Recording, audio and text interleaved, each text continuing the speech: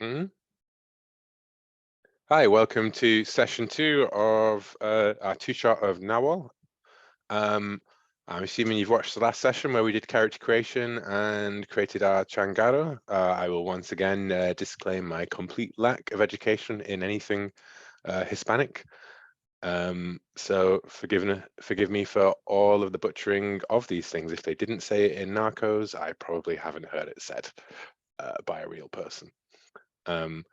So last session, we did a very quick go of the Angelero trade, where the workers of El Reno Pacifico took care of their carniceria, their butcher shop, and after going out on an angel hunt, where they all picked up some scraps, some bruises, some stress, some conditions, and Salvador terrified a woman and her small children. They got a fairly successful hunt, and they were able to mark 1 tick of profit and pay off their companions. However, they rolled a mixed success, and so one of their problemas came into play. Now, Issa takes the orders, Salvador cleans up, Simone maintains the equipment and tools. Mary does as little as possible, manages to make herself look very busy by helping the others. Cool. Tell you what, before I jump into this, why don't we have a 1-sentence introduction from our guys and just give me a, it's only been 1 session. I think we all remember who we all are, but just give me a slice of something, a detail about your character, something they like to do, their normal life, who introduced them to being a Nahual, anything like that, basically, because you got 1 more session to play them in. So let's hear a little section of backstory. So with that in mind, let's start in. I'm going to spice it up and go reverse character keeper order and hit Rich. Rich, he, him pronouns. I'm playing a character named Isabella or Isa, who uses the she, her pronouns. She is the venado, which is the deer. She's narcissistic, vain, and a little bit of his things she likes to do. She loves going dancing because she thinks she's an excellent dancer, and only hangs out with people who tell her so. If anyone says, no, you're not a very good dancer, you need to work on this or that, she ghosts them pretty quickly. She also likes watching QVC and trying to talk herself out of buying things. The horde deer, I love it. Okay, and then next up we have Keith. Keith used the he, him pronouns. I am playing Marichue, she, her. She is the tlacuache, which is the possum, sneaky, steely, resourceful kind of person. I've described her as if there were an alignment, like just true chaotic, not even good, just let's see what happens. Let's push some buttons, find out what's going on. Kind of riding on everybody's coattails, but such a fun person to have around. Why not? Yes. And then we have Patrick. Hi, I'm Patrick, he, him pronouns. I'm playing Simone, also he, him. And he's the mono, the monkey playbook, which is somewhere solidly between the artist and the engineer, which is very much where he sits. His vices are curiosity and greed, and his moves and sort of Nahual abilities sort of sit around being able to notice and investigate supernatural things, which just opens up the spectrum of things he can get obsessed and greedy about. Nice. Obsessed and greedy about. And Jason, finally. Hi, I'm Jason. I use he and pronouns. I am playing Salvador, uses he and pronouns. He's a retired sicario with a heart of gold. He saved Barbosa, Marichai's friend, from a predatory priest. And for some reason, he also, despite being ordered to kill Simone's friend, Paco, decided not to and has him hidden out in a safe house somewhere. Nice. Well, when we last left off, we saw the silhouette of a figure standing in front of the wall of the oh man, did we not put that down? We didn't put it down. What was the name of the place? The Hopeful Kingdom, was that it? Something like that? Reino Pacifico, is that? Oh, what the Reign of the Peaceful Kingdom. I think that's it. Yeah, right? it's in there. Yeah. It was in It's there a just- minute ago. Well, it's just because we called it El Reino Pacifico and I forgot what that meant. Oh, there it is. Oh yeah, the Peaceable Kingdom. There we go. One wall covered in a mural by Simon, depicting a spin on the Peaceable Kingdom with all the featured Nahuals. Yeah, and we saw his silhouette standing over it, and then the camera cut. We come to the early morning, the market's just opening up. You get the cleaner out front, it's all been locked off and like those little shutter doors, like the wireframe sort of thing. They've been pulled across, the cage sort of doors. You go, and I think maybe Simone's the one who opens up the shop in the morning, because Salvador's the one who cleans it down, I think, at the end of the shift, and Simone's the one who prepares the tools and everything, right? So you'd be the one in the morning being like, it's all ready to go, blah blah blah. Stock, and I also think you're meticulous and stock takey kind of type mentality, so you would know everything. And as you come in, let me bring up Hispanic name generator so I don't keep saying things that sound exactly the same as our player characters. Yeah, you see Alfredo, sort of like the landlord of this, more than a super, I suppose. Like he's not the guy who collects the rent for the market and all of the stuff, the units in there. He's the guy who sort of you go to when the power goes out or for whatever, right? And he keeps it clean or whatever.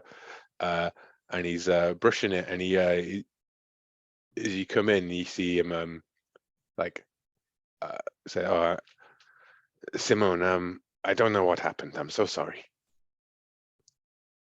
Oh, it's fine, Fredo. Fine. It's things get dirty in the night. Yes, yes, indeed. And he looks like embarrassed, and as you go, whatever. It's just dirty, right? You go through, and you see that the door to your butcher shop, which is here in the back of the marketplace, in the less busy areas, in the sort of like the loading bay area kind of thing, like up in a disused area of it, right? And you can see that the door for El Reino Pacifico is just swinging open on its hinges, not locked like it surely would have been left by Salvador. And as you step inside, you see that the entire store has been ransacked, ripped to shreds. Your freezer that was filled to the brim with angel meat is a pool of water scattered across the floor. There are strange, like pale pieces of meat that have spoiled in the early morning heat coming up. Everything's gone. Your tools are gone. Oh. Your angelic tools. Yeah, Simone will like bolt back out the door and like slam it behind him real quick. And Fredo, you haven't been doing anything with locks recently, right? Like it's an agreement. Like you don't touch any of it. We handle our own security. I said goodbye to Salvador last night, and I would never think to interrupt his work. I mean, I know the stories of Salvador. I've heard what they say. Shit. I'm just ask around. Let me know if anybody saw anything last night. I thought we had deterred those thieves. They keep targeting the marketplace, but I didn't think they would ever be foolish enough to mess with you. Who? This happened before. One of the problems in your place is in a zone usually targeted by burglars. No matter how much you try to keep it safe, sometimes they manage to break in and steal stuff from you. So yes, I think all of your characters are aware that security has been a bit of a thing. Ironically, I think that it's become to the general, market owners, it's become less of a thing since you guys opened up your changarro here, right? And they've been concerned about messing with Salvador and his crew. So instead, it's been months. I thought we had, talked to people about that. I don't know what to tell you, senor. I did. I don't know. And he's nervously starts sweeping the floor. If I can be of any help, then by all means. But I will see what I can do to get your door fixed. Yes. I thought it was very secure. It's the most secure door in the entire marketplace, but clearly they knew what they were doing. Look, like I said, we'll handle our own security. We'll take care of it. It just, and he just turns and runs back inside. I imagine like the mess of this is also really grinding your like slightly OCD kind of like nature, right? Like meticulous monkey paws and everything. Yeah, he is like grabbing for a broom and mop and trying to start on something while also like juggling his phone and trying to call Mari. Okay. Well, why don't we cut away from there to Salvador. So Salvador, what's your apartment like? Does it say on your sheet? Probably does. Let's You see. have an old apartment, a third or fourth hand car, a cheap cell phone. Right.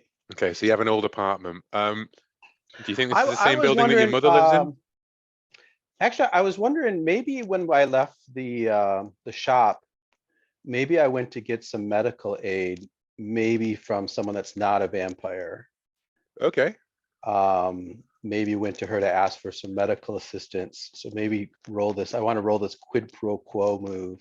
Oh yeah, sure, yeah. Maybe sure. you see me at the La Dama de Nagro's hacienda. Hey, you want to go straight off with the quid pro quo? Why not? Sure.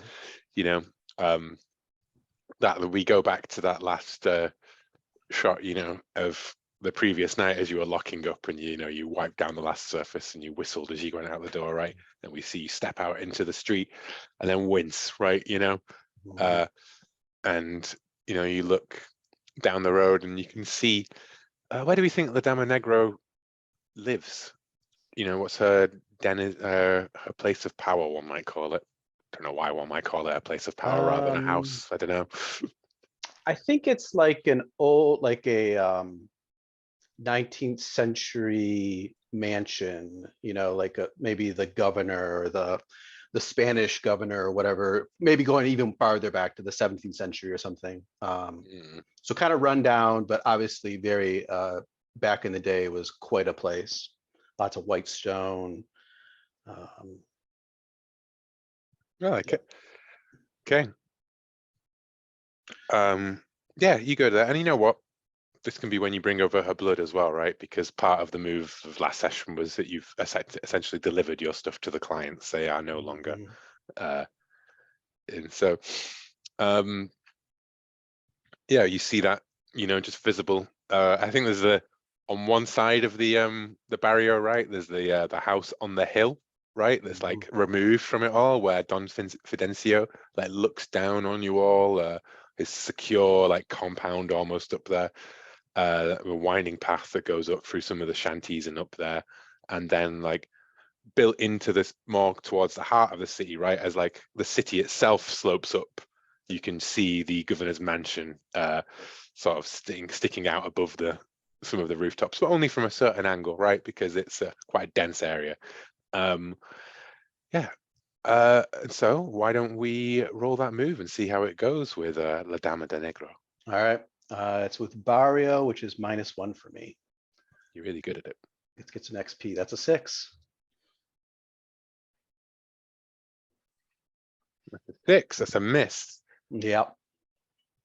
On a miss, a big problem of their own comes knocking right now, and you get entangled in it. Okay. Mhm. Okay. I think that what we're going to do is we're going to have you heal one of your heavy wounds. Okay. Because I think that the the last bit of that, as we cut over to Salvador, we see him. I'd like you to remove that. I'd like you to also take one stress. Okay.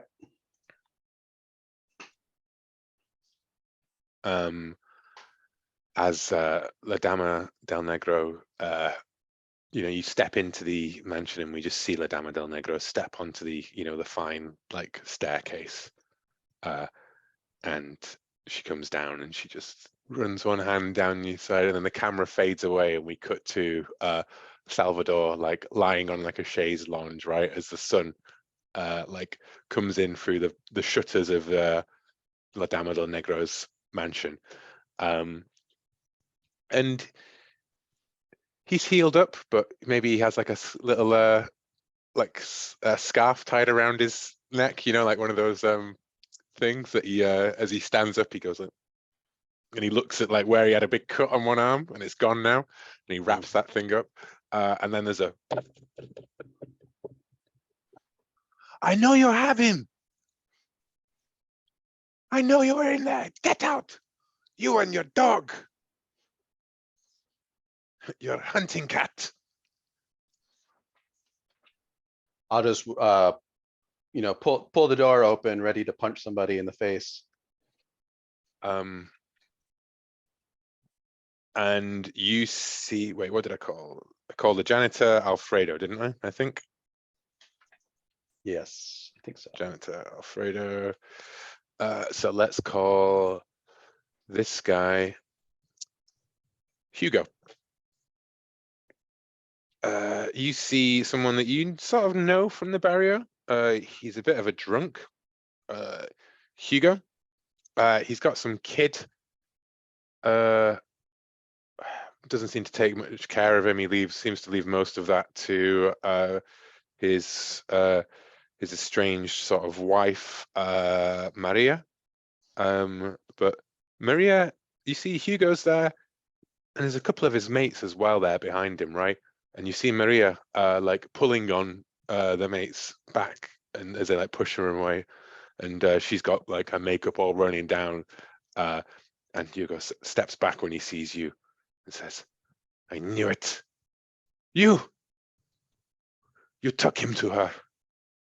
I know what they say about you. I know what you did to that family. You won't do it to mine. What have you done with the boy?" I don't fucking care. I got places to be. And I'll just push past him and try to go to my truck. Go ahead. You push past him, and those two other guys like step in front of you and go, "El Nino, I knew what you did." And they go like, "Oh, you think you're part of the cartel? You're not part of the cartel anymore. You can't just take our children." I can And do whatever the fuck I want. La Dama del Negro, like, you hear like a small, like, gentle cough, like, that rings out. The others don't even notice, right? But you, like, you're tuned to this, to any noise that comes from behind you in that house. It sets your predator's senses. Like, you feel for a second like prey, and you see her standing at the back, very carefully stood in the shade offered by the shutters, like in between the pinpoints of light that come in through the room. Just a silhouette of the Dama del Negro, and she stares at you, and she shakes her head, and she says, "This isn't my problem. Why have you brought this to my door?" She's talking to me or to them? To you. Oh, They don't even seem to, it's like a whisper that you can hear from a distance. they And the say, guy says, like, one of them shows you and says, "You brought him to her. We know what you feed her." say I have enough problems already. I don't need to get involved in whatever kind of drama you've got going on here. I've got places to be. Fuck this. And again, I'm going to try to, walk away. And I'm trying to activate my vice, by the way, indifference. Oh, okay. Cool. Sorry. I mean, I would have just kept pushing you unless you Yeah, activated your device. Yeah. So, clear condition, empty your stress tracker, mark XP. I'll mark XP. yeah, I like that. Yeah. I think, yeah, you go indifference. They threaten you. You just shrug past them. And, as you're walking off down the hill, that's when you can hear they go like, he's just a dog. He didn't do it. He didn't take Barbossa. Like if he took her, he's in there somewhere. We're going to find him. And like from the back of a pickup truck that they've got like skewed against the side of the road, you see them like pulling tools out and they just pile into the front of the building. And as you turn around, La Dama del Negro is no longer stood on the top of the thing.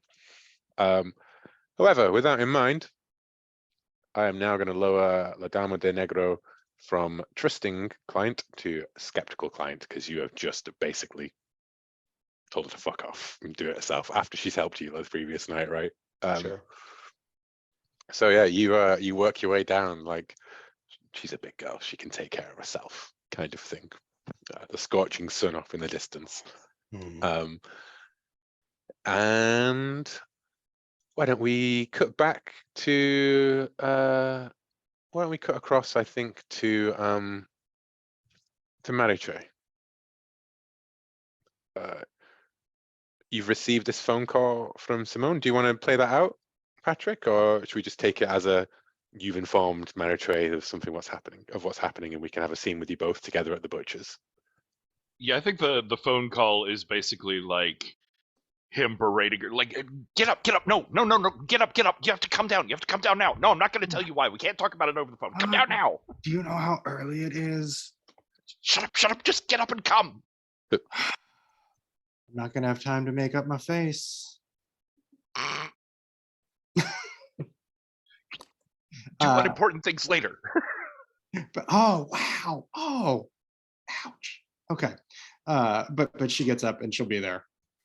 Nice. We cut to the butcher's shop. In complete disarray. The Angels' tools have gone. I think in the time that you've been taking stock here, Simone, you can see that you have lost pretty much. You can save one tick of your restock, basically, from the the very slushy piles of ice and things at the bottom of the freezer. One thing in particular, though, it seems as though all the meat's gone, like has been basically like tossed aside. The bags of angel blood, because I think it's quite a difficult process to keep and retain angel blood, right? Like, so you had basically what you gave to La Dama de Negro, and you had just a little bit that you keep back just in case she has any like needs, but she's the client that you have for the angel blood, because I'm not a butcher, right? But and I think obviously you don't really care that much about the blood that you retrieve from things. But if the angel blood's special, I feel like you don't get like 6 angels worth of angel blood out of your butchery. You get an amount, and the Dama del Negro takes that amount, and whatever's left over you keep, and that appears to have been, you're cleaning it up, and I think what you think is like, oh well, at least they didn't get the blood everywhere. Wait, why isn't it covered in angel blood? They trashed the meat, but where's the blood? So the meat's been left, but the blood is gone. Yeah. Okay. Is Simone like busy cleaning up when I show up, or are you out front impatiently waiting, or what's the scene when I arrive? So I think when you arrive, like you go to the back door and you put your key in the lock, and the door just like bumps up against something solid, and you have to like knock and shout for Simone and listen to like the scraping of heavy furniture as he's moving several things out of the way of the door. Opens it just a tiny bit to see that it's you, and then opens it all the way. Get it. Oh, what it? Simone. No, why would no? It wasn't. Got here this morning. Fredo was all, "Oh, it wasn't my problem. It wasn't my fault. I heard things, but we didn't do anything about it." And came in here, and it was like this. It was like this everywhere. Dios mío. Whew. Yeah, you can maybe see the amount of work that she's calculating in her head. Like, what are we gonna have to do for? Oh boy, it's gonna be a thing. Pay attention. Look, the meat all over the floor, just rotting. So, who would hit us and not take the meat? Why not just hit the silversmith or anywhere else? If I that's didn't not say they didn't take anything. Took my tools, all of my tools, the knives, the hammers, the strange twirly things. I need a better name for how them. fond you are of the strange twirly things. Alfredo peers around at the outburst and the shouting and everything, and he's like, oh, Maritrate, it's just your. Again, I can only apologize. I swear, like, I don't know how they got in. Everything, all of the external doors were locked. They were still locked this morning when I came in. I'm gonna look over at Simone and be like, yeah, does that check out with you? But yeah, it was locked. This is like a locked room mystery. How did it happen? Well, so imagine it's the marketplace that was locked, right? That's what he knows. So like Okay. the main building that your butcher shop is inside of, and it was the door from the marketplace to the butcher's that was what was broken into. And the market's like one of those kind of like open courtyards with like some awnings and things like over it, lots of stalls, much busier further up. You guys are further in the back, but it's like a square basically with an open top. It's like an open door inside a locked door mystery. Exactly. It's much more complicated. But it's suspicious, right? It's like, wait, how would they have gotten into the market to get into here? But it's obvious that they knocked down one of our doors. Yeah. Okay. Fredo, I told you to go away until you find out something. See, Simone, see. He backs away. Don't. You will make Salvador knows I had nothing to do with this. All right. We'll make sure Salvador finds who does do this. I've learned never to take anyone else's side when talking to Salvador.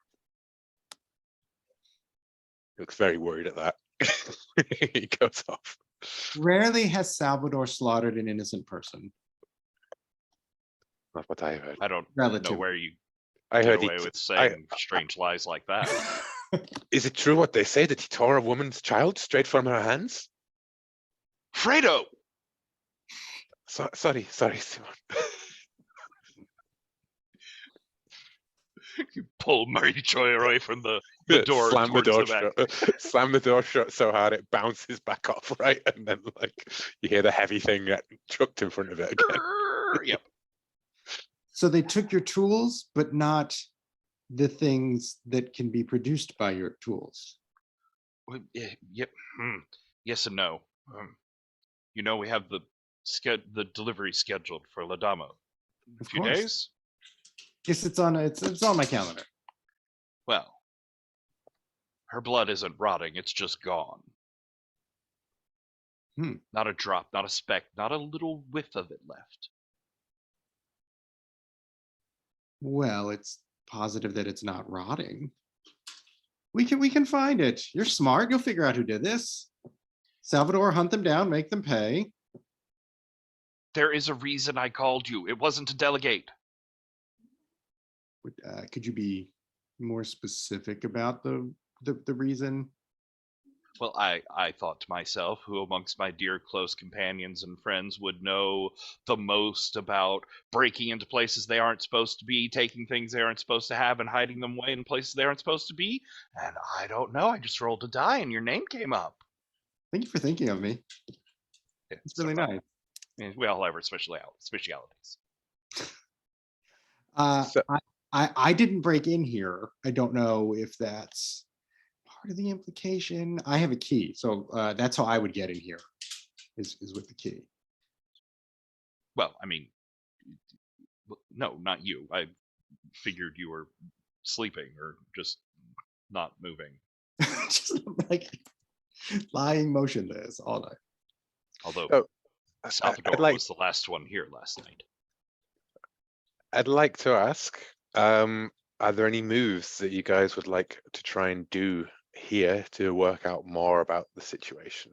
The ones that jump out at me are, you maybe go off and you hit up your connecte to find out more info, or you open the doors of perception and you roll with Instinto. To clarify that open the doors of perception one, I was reading the rules last night, and basically it's linked to the layer of Nahual ility or whatever it is that you are currently embodying, right? So if you open the doors of perception as a mortal, then you receive fairly mundane sort of things that may be evocative of some supernatural stuff. Whereas if you ascend through the tiers of Nahual, then you will become you'll see the truth. You'll go down to the supernatural level of things. You may get insights beyond like what you could reasonably see here, Yeah,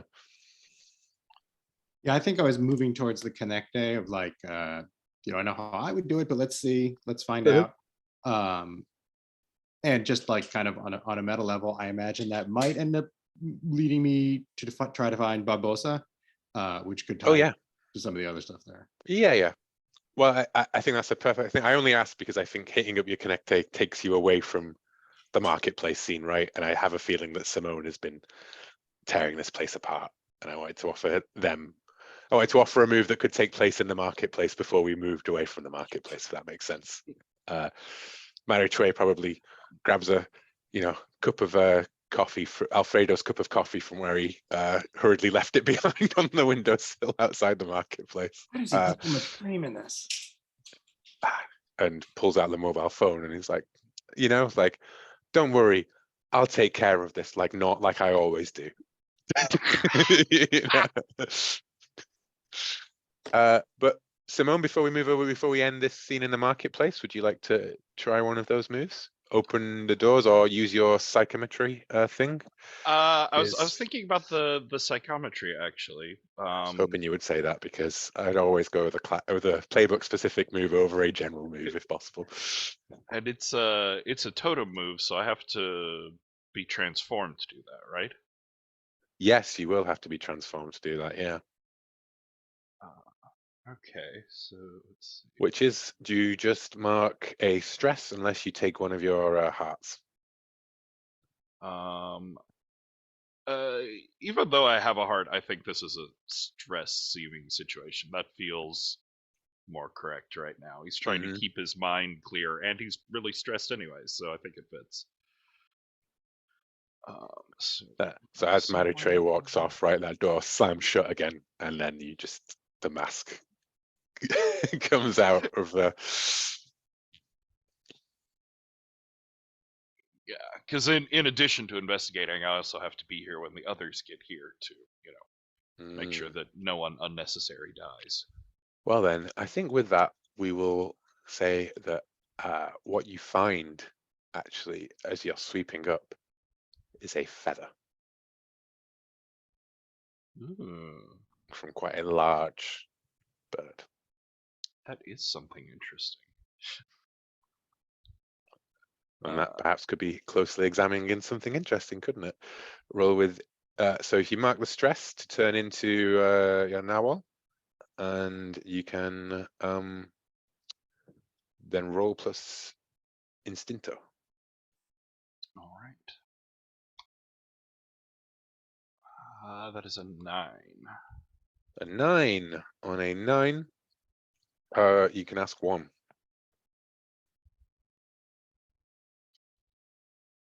Ooh, what is this object witnessed most recently? Yeah, you pick it up, and you are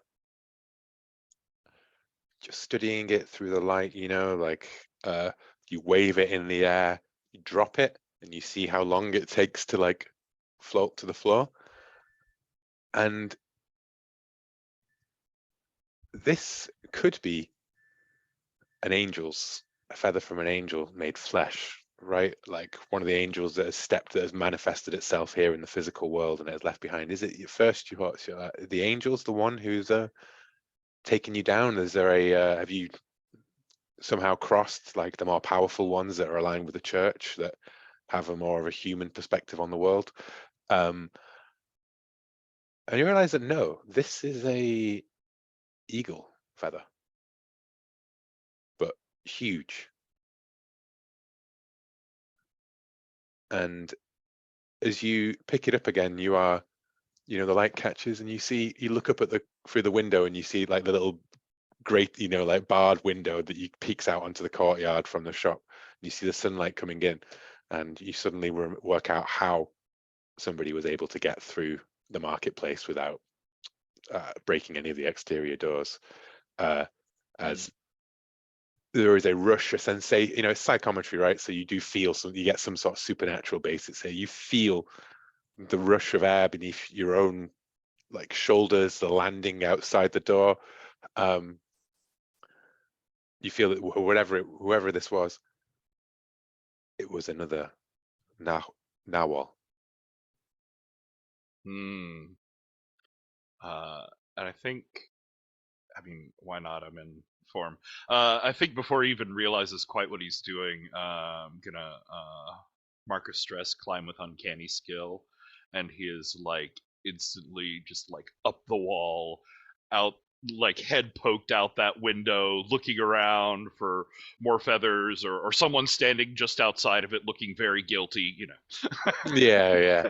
But mostly just like angrily looking around, being like, "Oh, this, oh." You clamber up to the top of the marketplace, right? And you look around, looking for someone to who might be looking guiltily, and all you see is Alfredo, who looks up at you as you let out a simian roar of frustration in your mask, and he just goes, "Oh, runs off."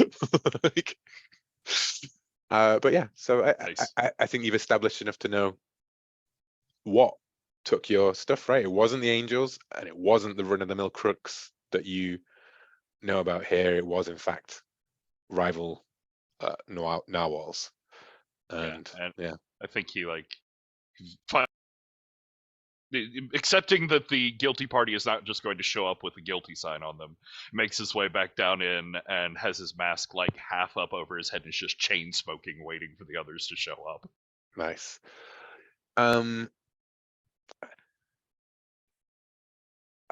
Why don't we see Mariche's Connecte?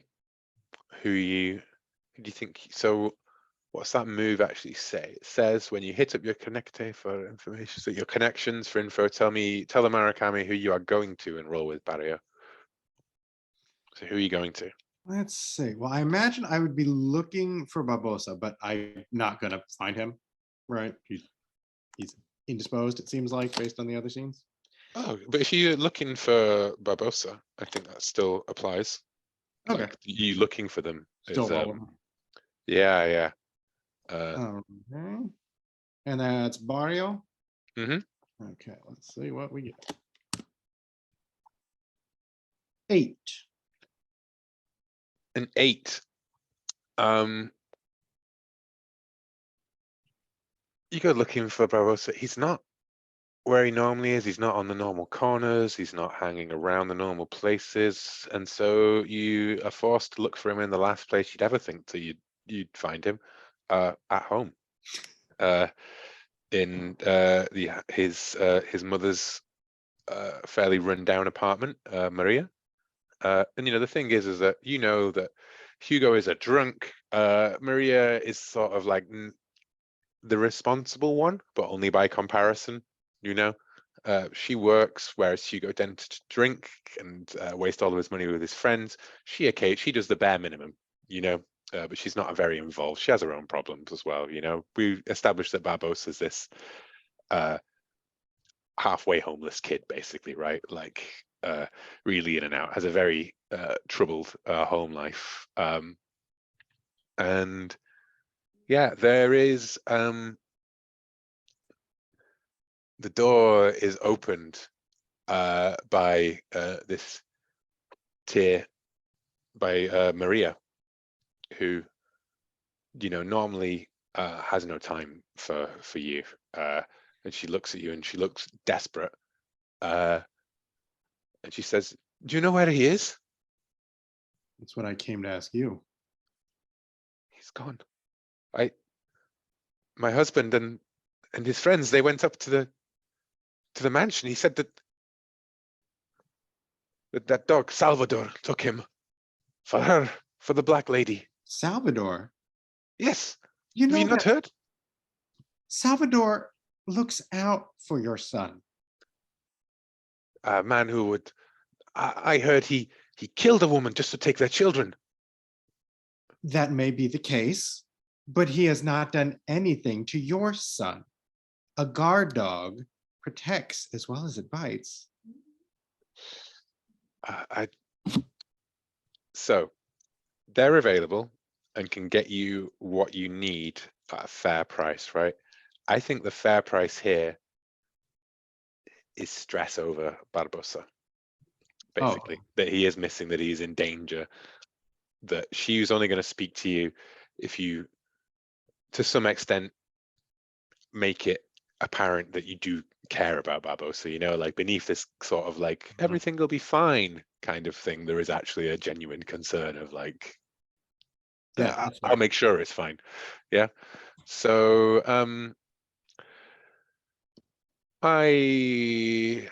it's hard to bridge with a stress. Just take one stress, I guess.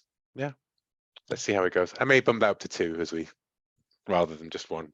Just because I've noticed that you've got 4 stress, right? And I don't think you actually take stress as a consequence of most moves. I think it's changing into your Nahual and the business move is the only things that by raw actually inflict stress upon you.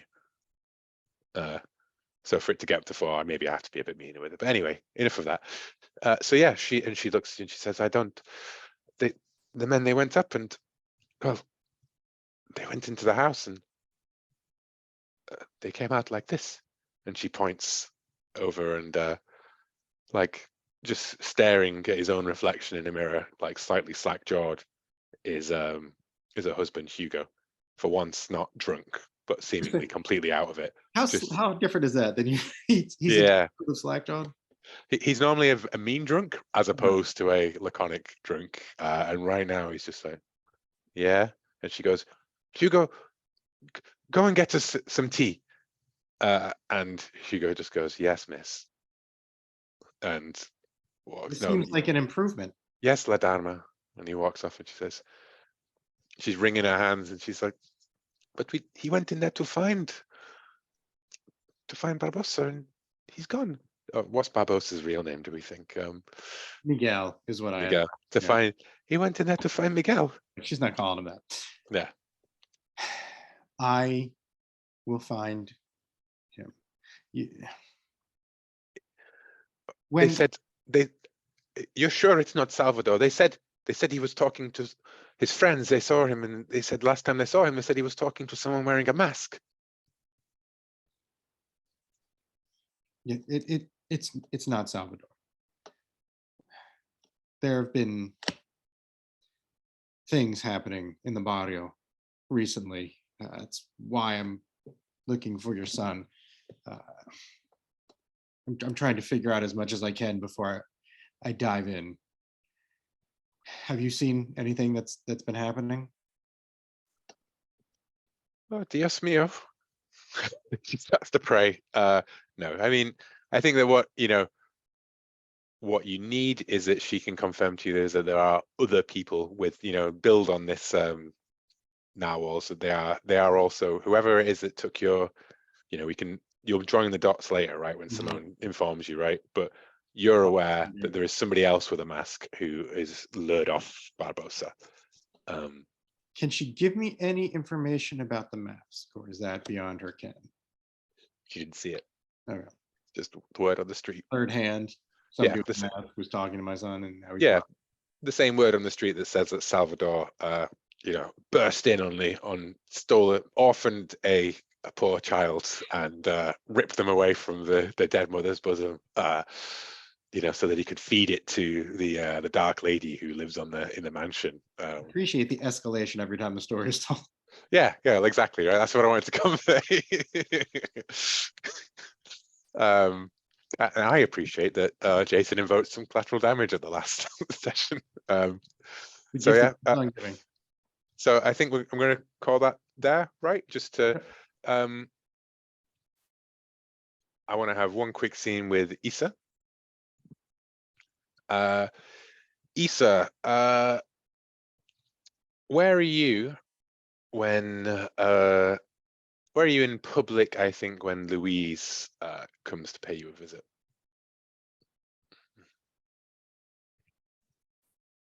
I imagine that Issa has gone down to, there's got to be some kind of open market.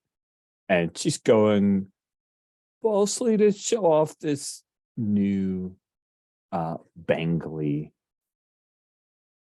like, wrist adornment that she picked up, and also because she probably needs something to eat, and that is when Louise finds her. And Louise, I think that you like browsing the store, the bank, the jewelry. Is that what you're doing? Or, Yeah, yeah. I like it. And he picks, like a hand, as you're like going through it, a hand reaches over. One hand wraps around your waist, right, like too comfortably, and then the other hand picks up like the piece of jewelry and says, Mammy, this would look so beautiful on you. You think so? Yes, here, take it. And you see the store owner, like, and then this big guy who is behind Ruiz steps forward and like doesn't step forward, but he's just sort of like lurking in the back with me. There's like, he's a new guy, you got like one of Louise's normal goons there, one of the ones that you've already given the run around before, and there's this other guy who stood behind him, and the other guy just looks at the store owner and lifts one mouth, like his lip, and she just backs away, like she's not going to ask Louise to pay for this.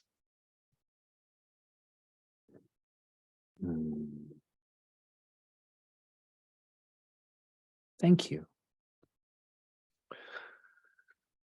No problem. Come. I mean, Now that you look so pretty, let us take this a looks seat. so expensive, though, Louise. Nothing but the best for you, for my girl. You can afford this? You're paying for it? Don't worry your pretty little head about such things, he said.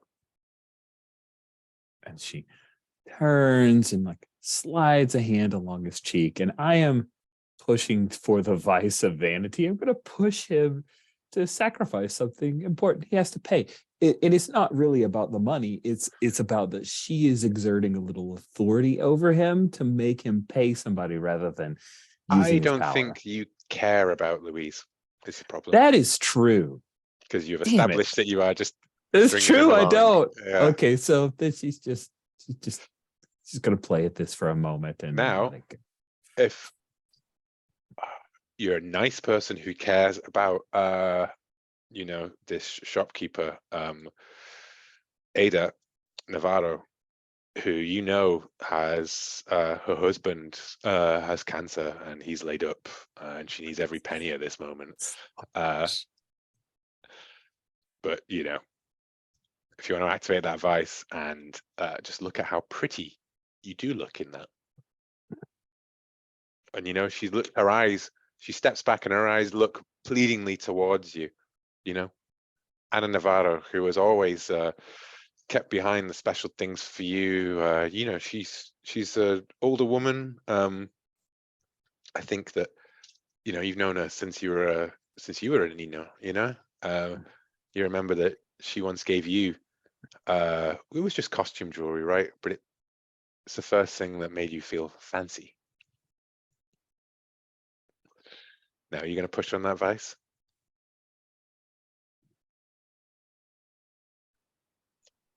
Luis, I know that you can afford it.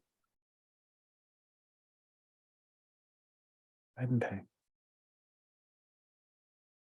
It's nice. It's a nice gesture. Shows how important you are to everyone. Why don't we have just because I want to see it, why don't we make a Yeah. fuss? Get someone to do what you want. Roll with mana. Just don't be a grasshopper. And I will engage making a fuss. Oh, Manya. I don't think our Manya is very good. It's flat. All right. We're fine. Everything's fine.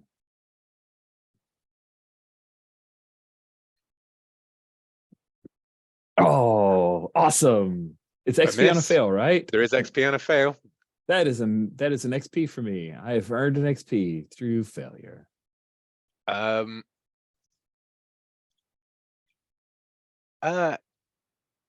He'll say, Louise will say, "You're right," and he's gonna pull out from his wallet, like $100 a bit, like $100 bill, and hold out his hand for you to take it, right?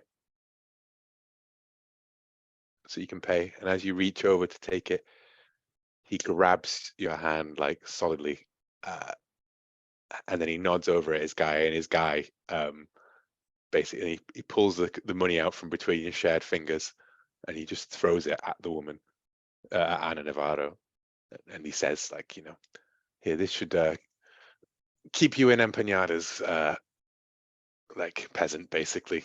And he sneers and smiles and looks at you, and he like glints, and he leans in close, and he says, I'm happy to pay. We all have to pay for things sometimes, my love, such as when you and that little friend of yours took advantage of my kindness and broke in to one of my family's holdings, and he forcibly like pulls you onto a table, like a set of tables on the nearby like cantina that his goons have basically like cleared out, and he looks over at the new guy, Cacharo, and he says, "Cacharo, keep an eye out." And that's when your brain clicks and you recognize Cacharo Grande, a well-known underground boxer who now appears to be moonlighting for the cartel. Damn.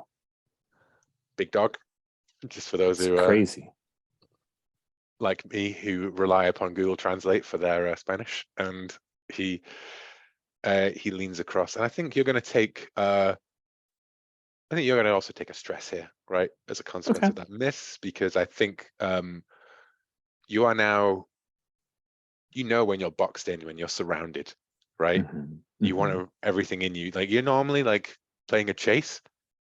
He's not willing to chase you anymore. He's just got hold of you, and he feels like he's just asserting now that he's got you in his power. Says, those friends of yours are really going to ruin our thing, the thing that we have here together. But they get greedy. They break into my father's place. They're going to ruin the thing that you all have, that we all have. And that's not good for business. It's not good for our love. But luckily, we don't need to worry about business getting between us anymore. And he smiles. We can just keep this all about us.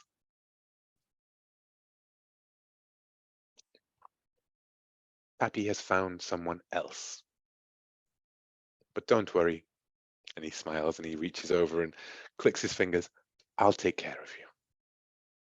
You don't need to work with those animals anymore.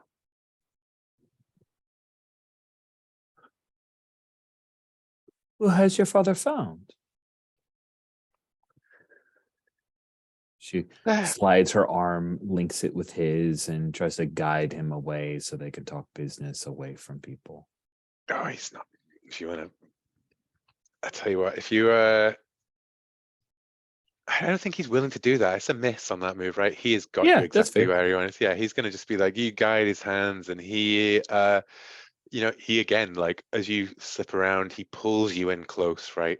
like rather than let you pull him away like he normally does, he pulls you in, and he leans in close, and you can smell the cologne and the sweat and the cigarettes on him, and the scent of tequila as well. As Cacharo Grande steps forwards, grabs these margaritas off the waiter and puts them down in front of you, and then steps back, looking a bit slightly uncomfortable with the whole thing. Do you know? Like, and Luis says, "He found someone better. You would throw him the scraps of meat for his dogs. You always kept back the most important things. You always said that you had another client. He found someone willing to make a better offer. That is all, huh?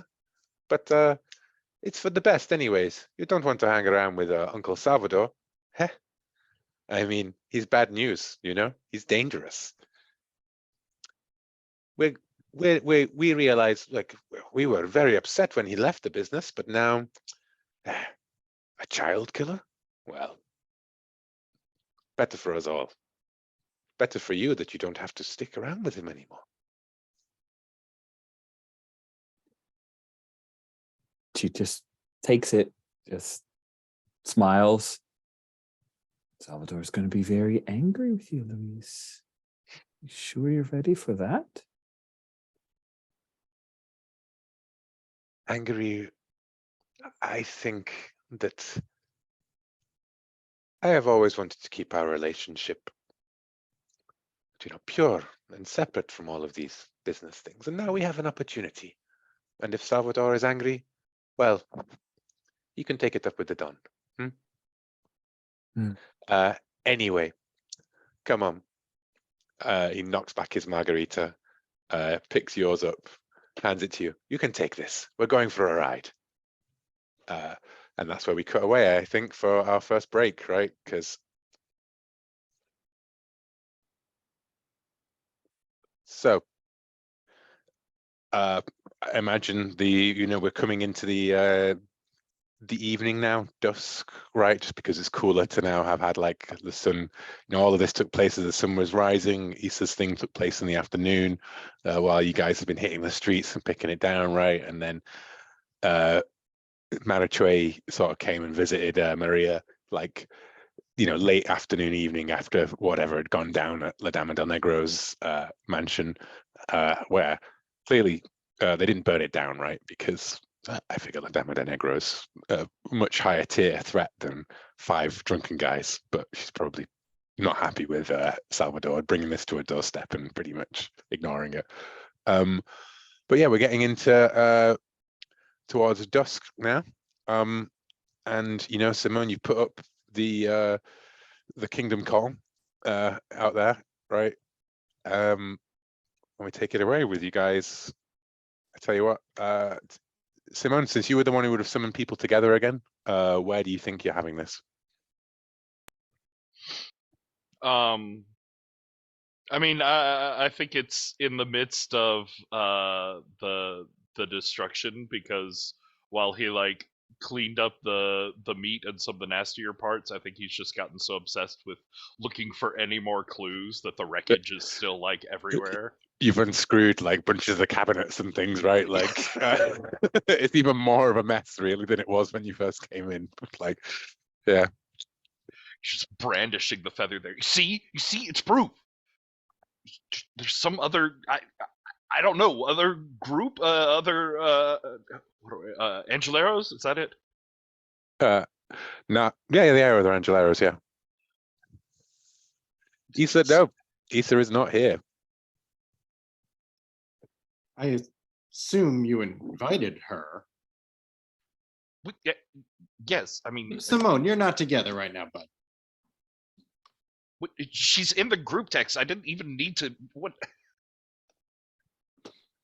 I mean, you're the one who's got a romantic relationship with Issa, isn't it? Marichue? It's complicated. Yeah. Like, I will say that Issa not being here feels like a personal insult. Like, okay, she didn't want to show up. That's fine. Maybe she's with somebody else right now. I don't know. I don't know what she's got going on. Maybe she's with Luis. Maybe something better's happening. It's fine. We don't need her. We can solve this without her. Exactly. And he'll spin and like point the feather directly in Salvador's face. Isn't this your sort of area? Isn't looking out for these sort of things what you're supposed to be doing? I'll just kind of growl. I've had a bad morning.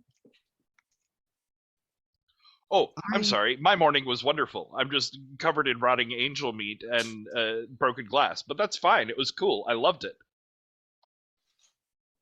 Where the fuck is Issa? Probably with her boy toy. You called her? Yes, I called. Why does everyone keep asking me? Yes, I called her. You called her, or did you text her? Well, no, I didn't call her. I'm not an animal. Actually, Does someone want to try and call Issa? Give me that fucking phone. I'll dial her. I'll dial her number. Cool. Her position of power. We cut over to what kind of car do you think Louisa's got you? It's got to be some kind of big muscle car, right? Yeah. Wow. Yeah. And that's been driven by one of his goons, you know. And then you've got Changarro Grande, the not Changarro Grande, Cacharo Grande. Sorry, it sounds too close to Changarro. I'll probably make that mistake a few dozen more times, but you'll know who I'm talking about. So I apologize. Cacharo Grande in like the passenger seat, like eyes flicking up at the mirror every now and again, looking uncomfortable, but doing Louise's bidding every time he clicks his fingers, basically, right? And Louise is sat there in the back with you, right, with his one arm like draped around you. Your phone rings.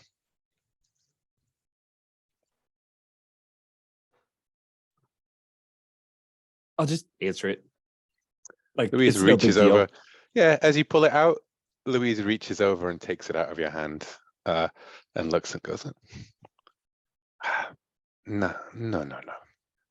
Hangs up. Like, that little rat always trying to get between us, huh?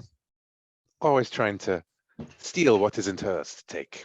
Is that so bad though? If it got between us, it'd be fun. Let me just call them back. Yeah.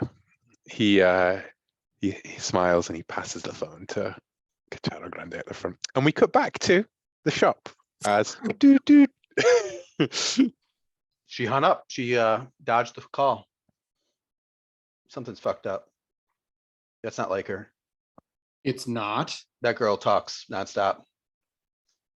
Marichway remembers all of the times when she's just she thought she's having it really go well with Issa, and then Issa's just been like, yeah, sure. Mhm. Yeah, whatever. Yeah, she's got something better going on. Don't worry about her. Yeah, I can tell something's wrong.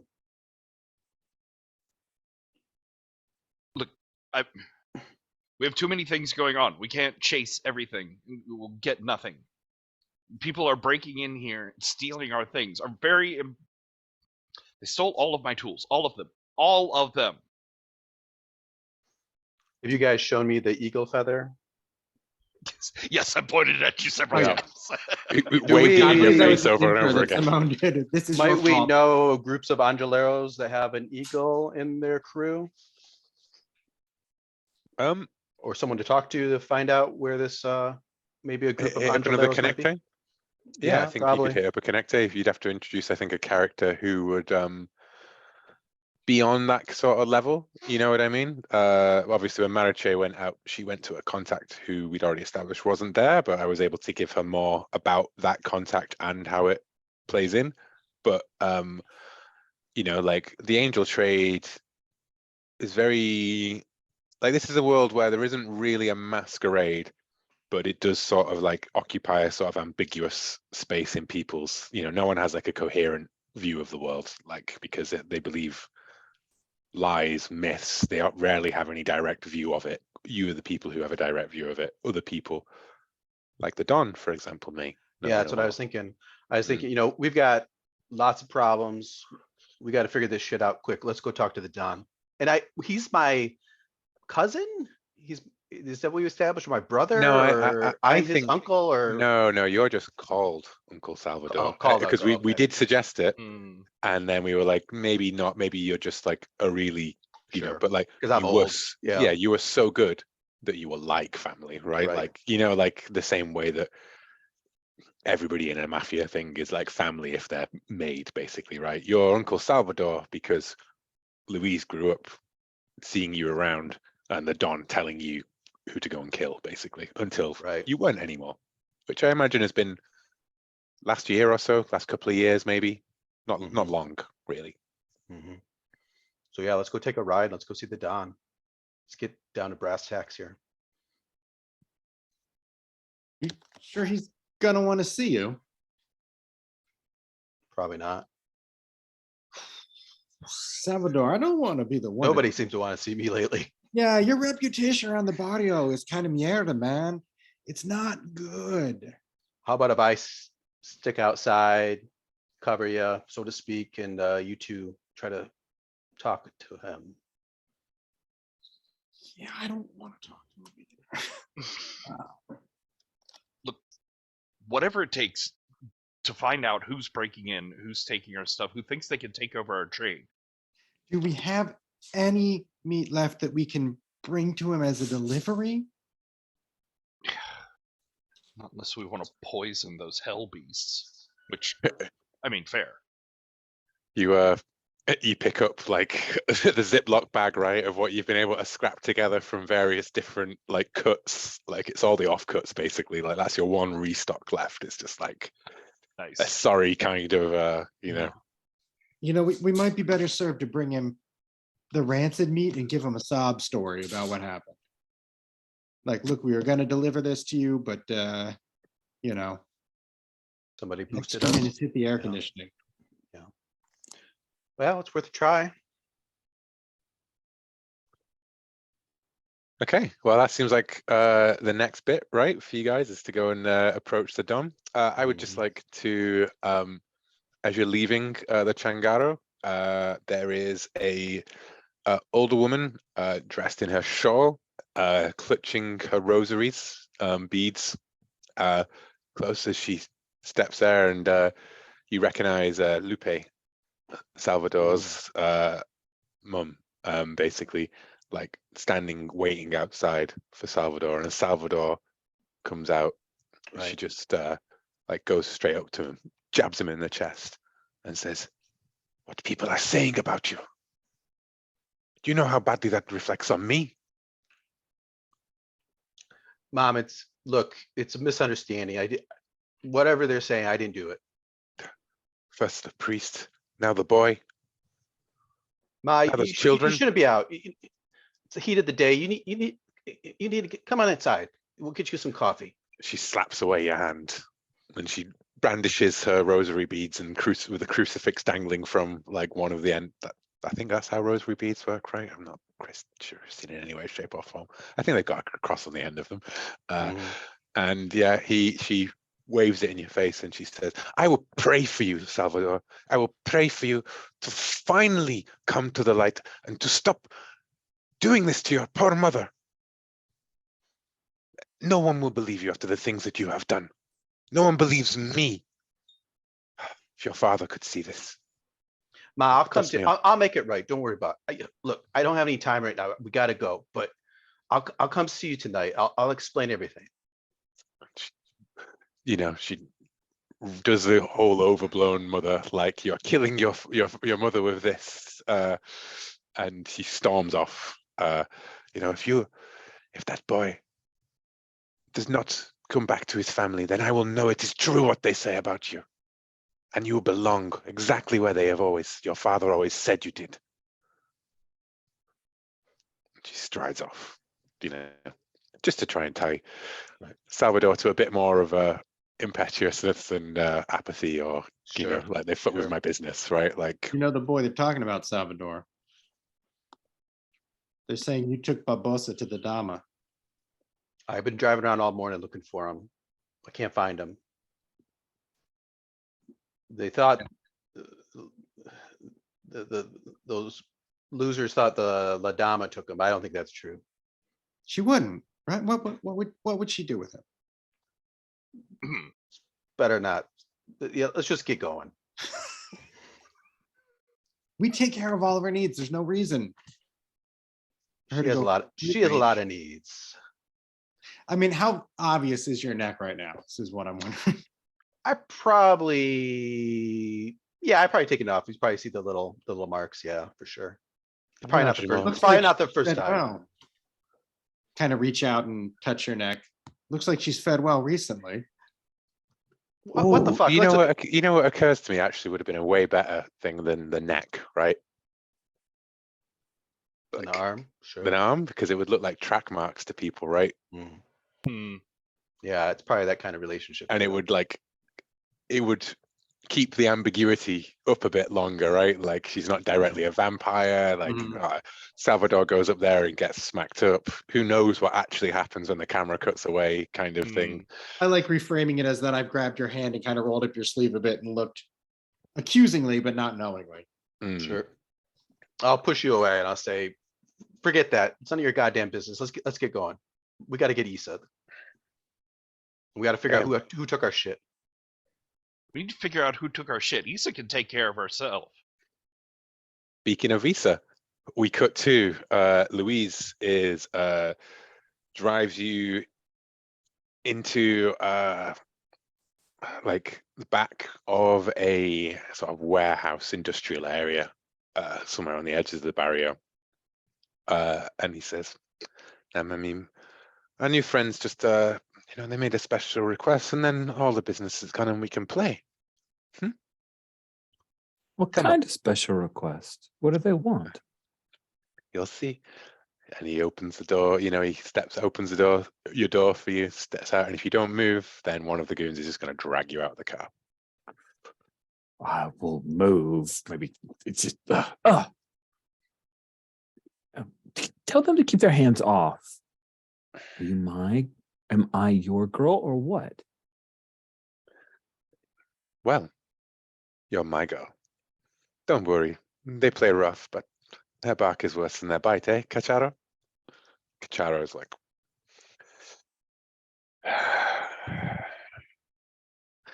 Anyway, here is who we are here to meet. And... stepping out from the warehouse comes a woman who is very slick, well dressed. Issa can't, I don't think, help but feel a little bit of like, I don't know, almost like that prey kind of feeling when she looks at her, but also because this is a woman who clearly has managed all of that grace and charm and slickness that Issa is Issa's surface portrayal, right? But we know that behind the scenes, she's also a nervous hoarder at the same time, right? Yes, she is. So when faced with another woman who is even more spectacular than your eyes and you are, and clearly isn't hiding anything of the flightiness behind, like she's what you aspire to be, steps out and a tall man with very serious pale face and long hair next to her. The woman smiles and says, Luis says, Miss Varela, I brought my girlfriend for you, as you requested. And Varela says, you can call me Anna. I've been waiting to meet our little fawn here. Come in. And a tongue flicks out from between her teeth. Okay.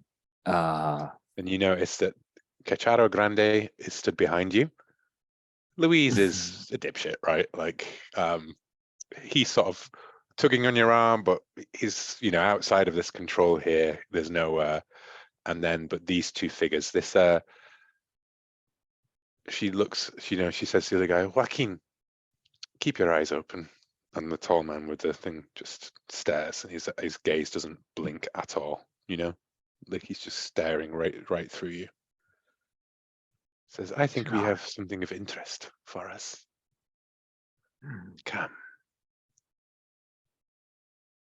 I would like to figure some things out here. Okay.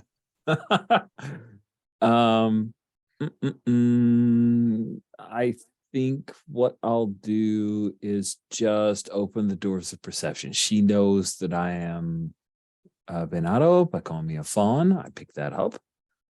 So I think I need to understand what I'm facing. Okay. So let's open the doors. This is instinto. I think that's one of my worst stats. Oh no, I'm really good at instinto. What am I talking about? I'm amazing at instinto.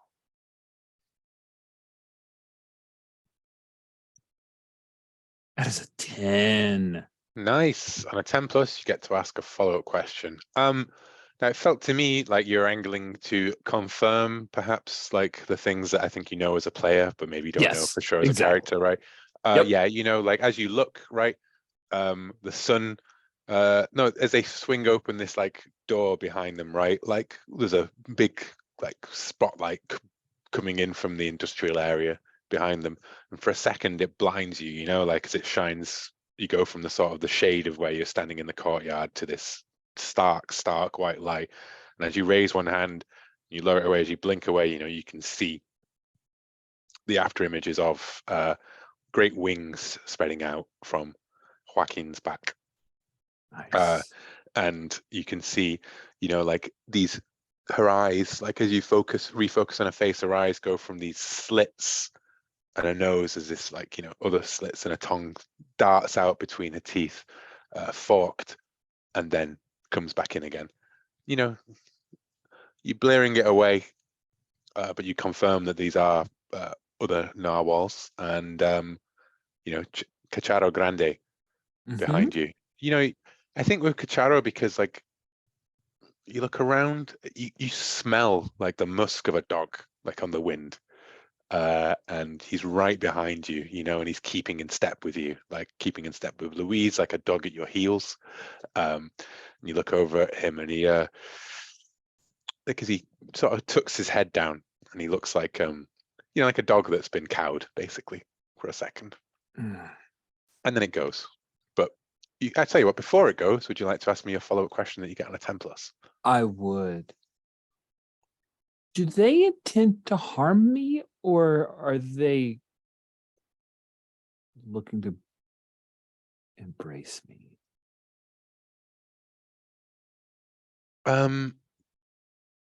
They want me, or do they want to hurt me?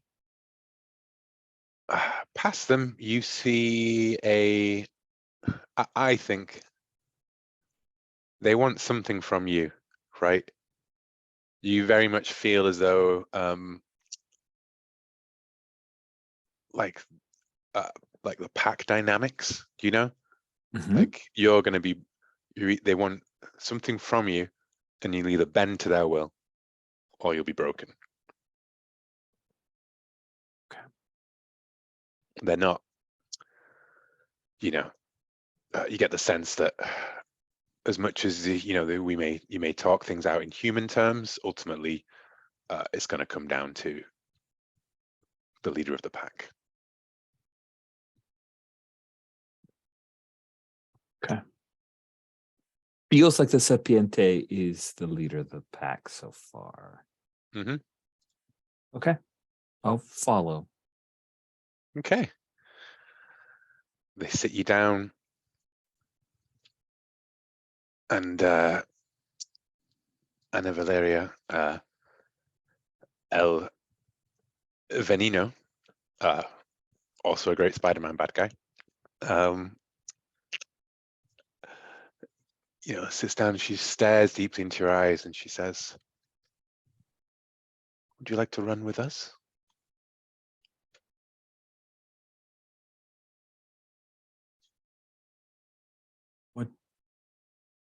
What are you offering? You evidently have convinced Luis that you're worthy. Joaquin like steps forward, and she puts up her hand and says, "No, Joaquin, I have this. It is."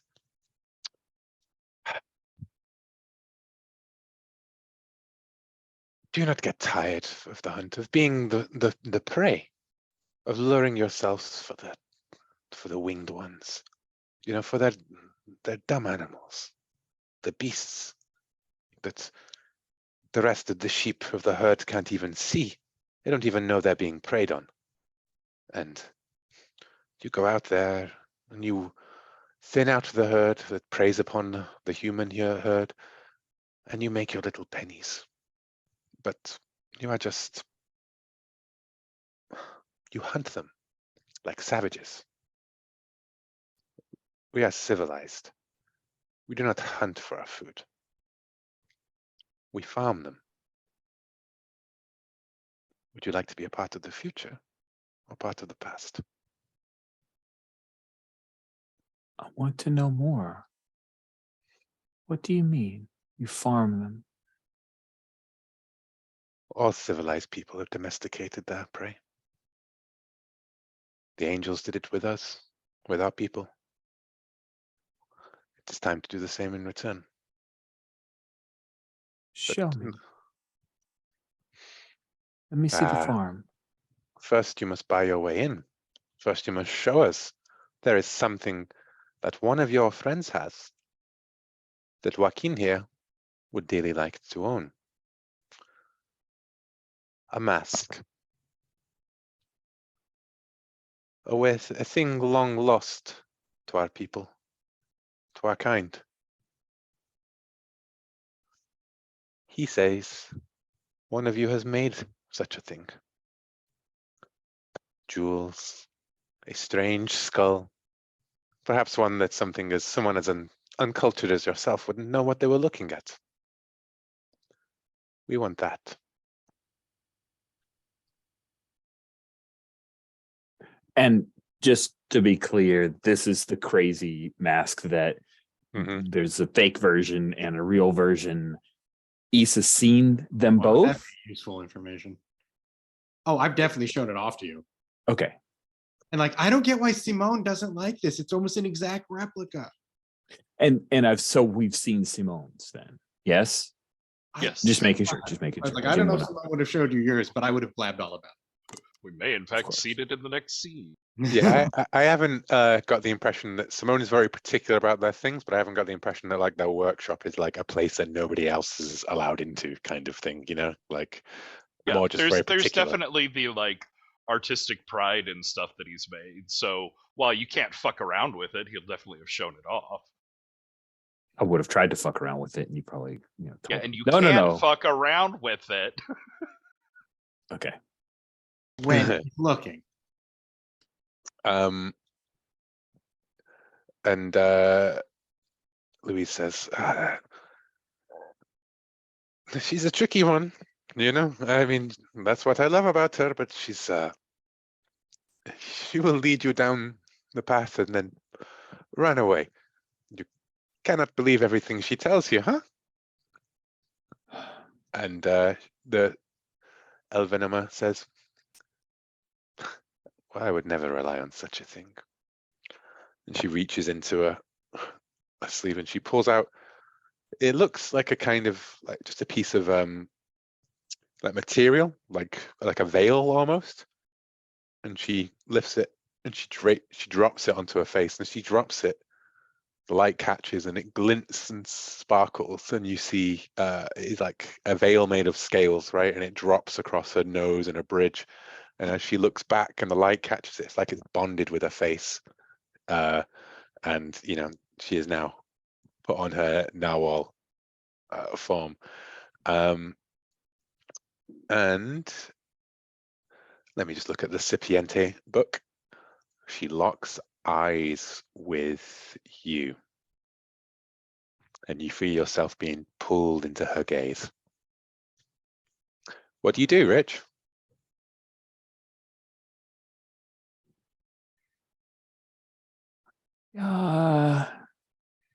She's hurt. She's stressed. I think she's gonna give in to being watched and try to pull all of her attention. If Anna wants a peek, then she gets the full show. So I will attempt to. I'm going to transfix her. I've got I'd like to make a show of my presence to this group. Which is the My hunter prey prey. move. Yes. Okay. Okay. I mean, everyone locks their full attention on you for the rest of the scene.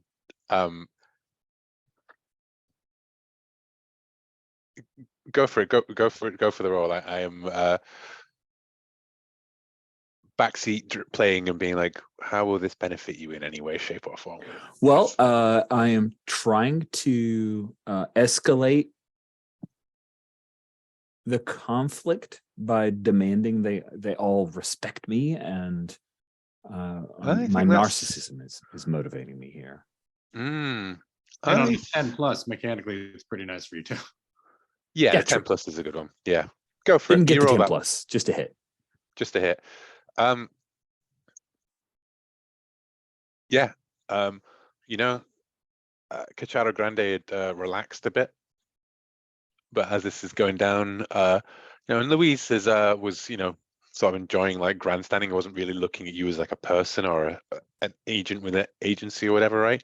But you stand up straight, right, and like your shadow portrays like the antlers going across the room, and Elvanoma smiles, and everybody is drawn into their attention on you, but you are drawn into her eyes, and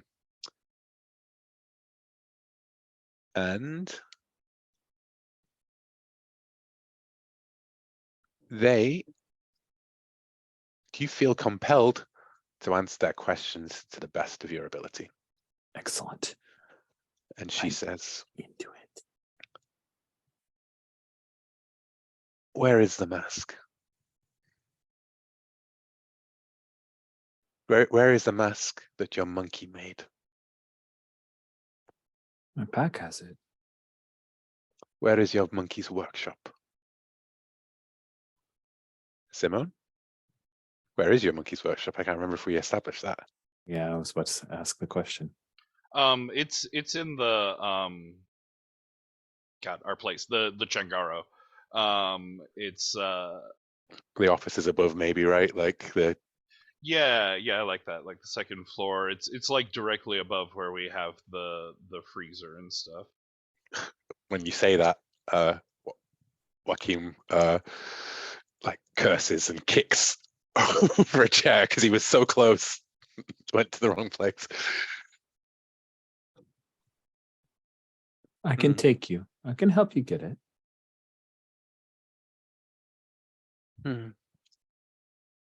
Will you turn? Will you really turn on your pack? I'm sure they think I already have.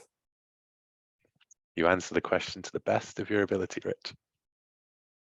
If what you offer is better than what they do, I will. Is that true? It's true. Okay. Then she smiles and says, see, I knew we could do business. Clicks her fingers. Let us go.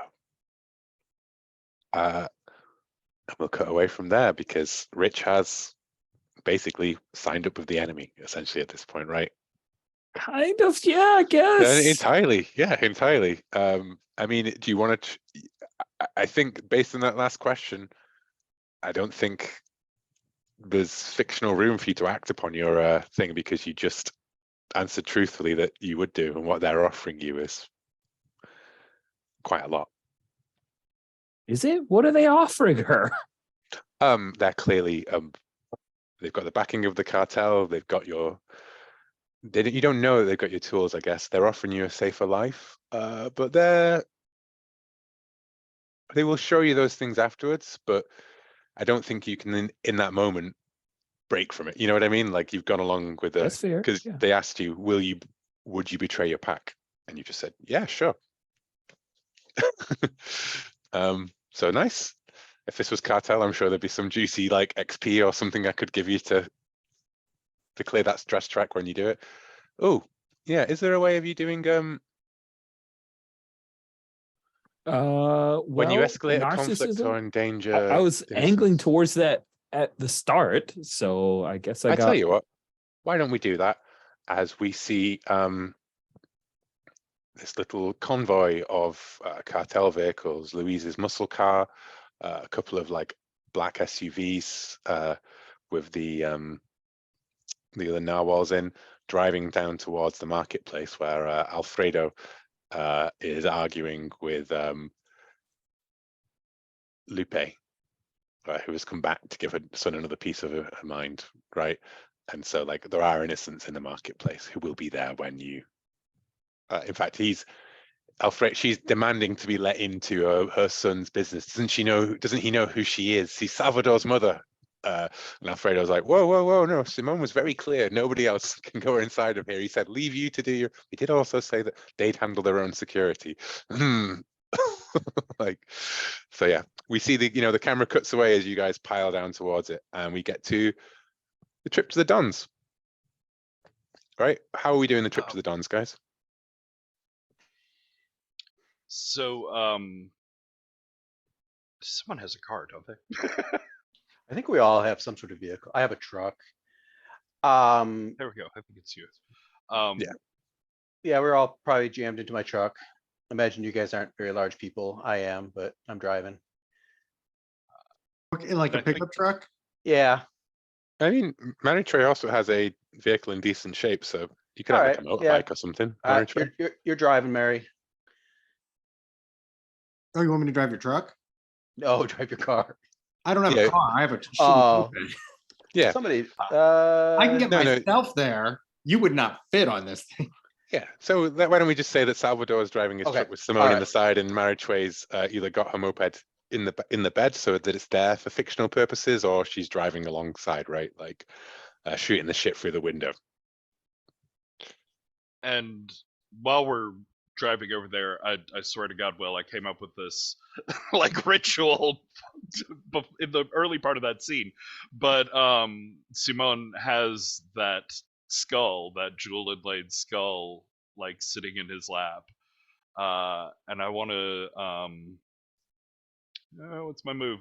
My tinker move. So he's got like a mortar and pestle. He's got that eagle feather, which he like crushes up into it, and also puts in there like a turquoise stone that he crushes up into powder along with it. Cuts his finger and bleeds into the mixture, and then takes the like gummy ash powder, burns it, and starts drawing designs on the skull. Okay. And then like drawing similar designs on his own face. And as he brings the skull up and stares into its like red jeweled eyes, I want to try and make a temporary device that will lead me towards the owner of this feather. Okay.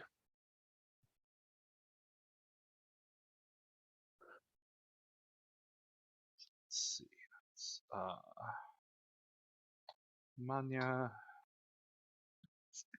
But yeah, I was like looking through my stuff, like what would make a good ritual? I was like, oh, the skull, that'd be cool. And then you start bringing up the skull. I'm like, damn it!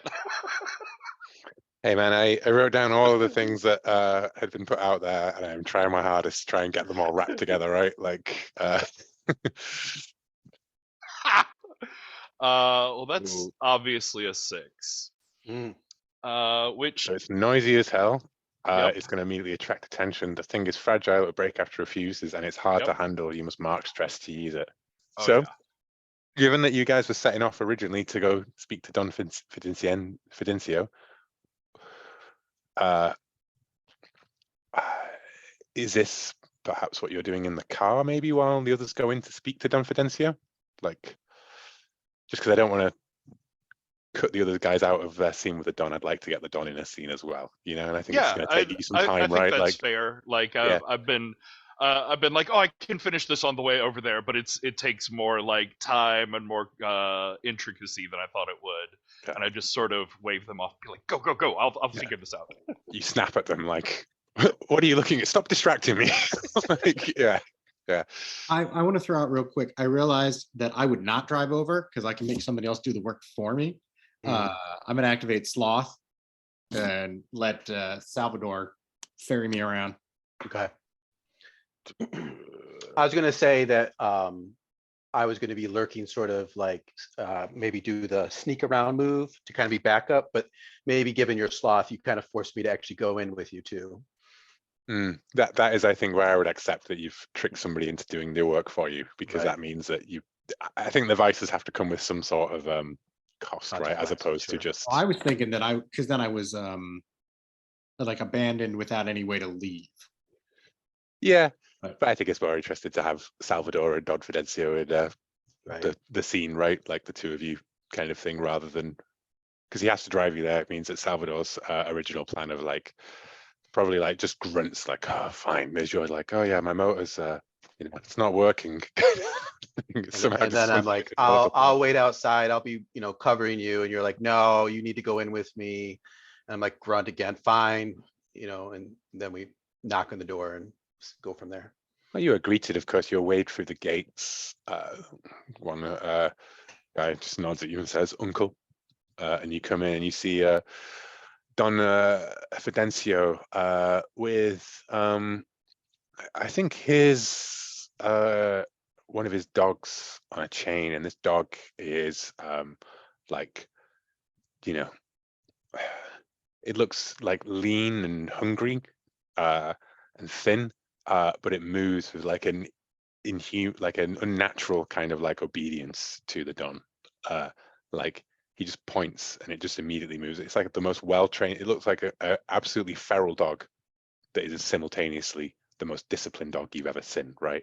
And it stares at you with these glistening eyes that you swear sometimes when you look at them, like, is it just one pupil or two or three? And then back again, like it shifts and shimmers.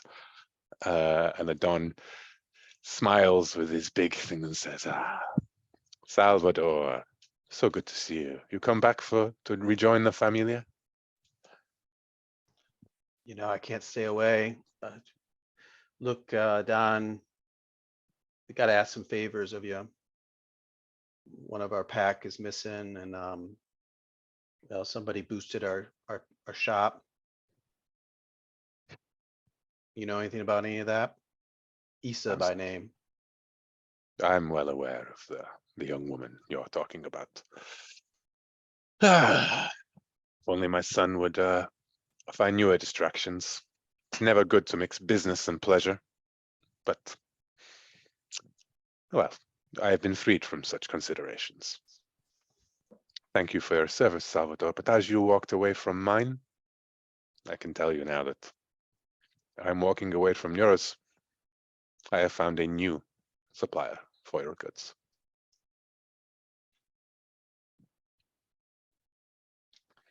Probably Mary sees that I'm on edge of like doing something very rash. So maybe if she wants to jump in, this is her time. Okay. Is Simone there or did you not catch up?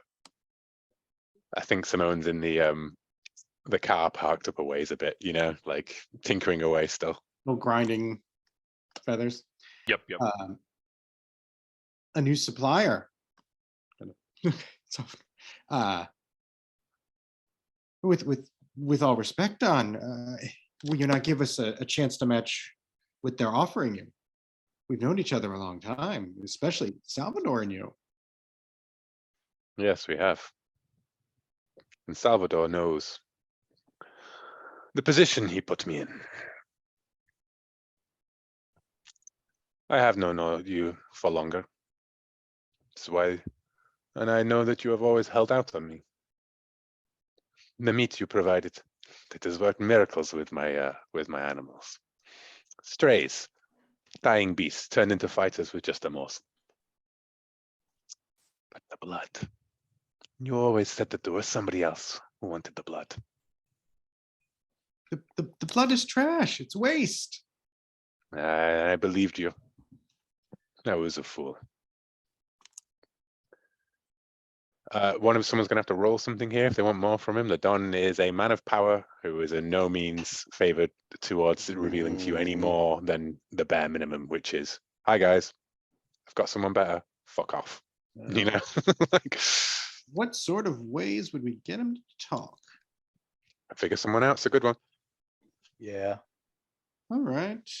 Yeah, I'll give it a try. And that's Barrio. Hmm. Mhm. I feel like I'm good at that, but I've got too many tabs open. I'm not terrible. Okay, that's almost like good, right? Mhm. 9. A 9. You get to ask one of what are your true intentions? What do you wish I'd do? What are you really feeling? What do you fear might happen? How could I get you to? Good. They're all pretty good. Seems like his true intentions we sort of know. We've got 2 problems. Oh, I guess it's how can I get you to reveal the information? And you know that thing that you said about like we've known each other again says, and Salvador knows what he did. He says Salvador knows exactly where he left me without my strong right-hand man, and I am thankful for what he's opened up for me and my animals. But he would never use he never used those abilities of his for us, for the family, for the cartel. I'd be more than willing if Salvador swears that he will take care of some business for me, that you will all take care of some business for me together. What are you going to give us in return? I will answer anything you wish. Tell you what. I'll use my powers one time. One time. One time, of course. Well, the lady on the hill.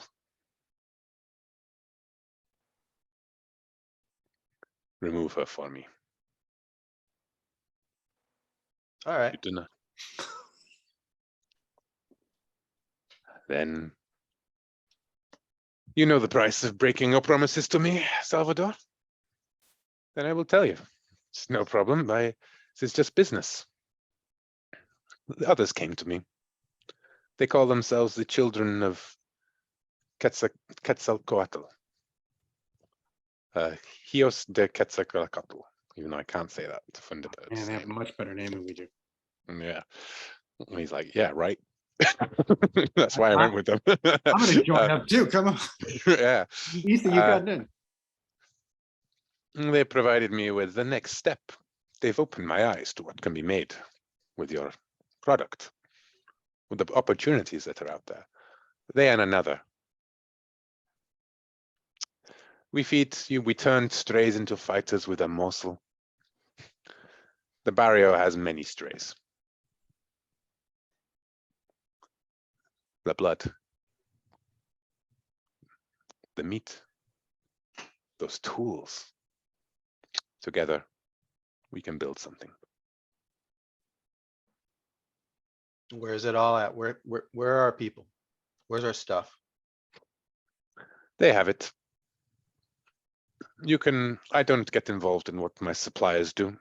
I leave it up to them to say whoever's standing at the end of it is whoever will have my business.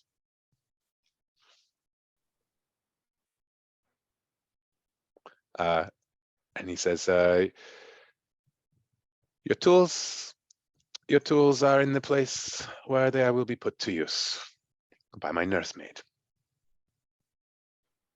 Crash? Now, the crash, yes. I had heard that your friend had been poking around too closely. Louise promised me it wouldn't be a problem, but I see that it is. That boy. But anyways, I'm glad that we will do business together on this. The sons may have given me the idea, but I can always appreciate an entrepreneur who will take it. After all, that is why I am here. So I'll tell Mary, you go ahead. I'll catch up. I gotta talk to the Don for a minute. Yeah. So Kind of basically, hesitate for a second just to make sure that you're serious about that and that I shouldn't do anything. No, you go. You and Simone go. find Issa. I'll catch up.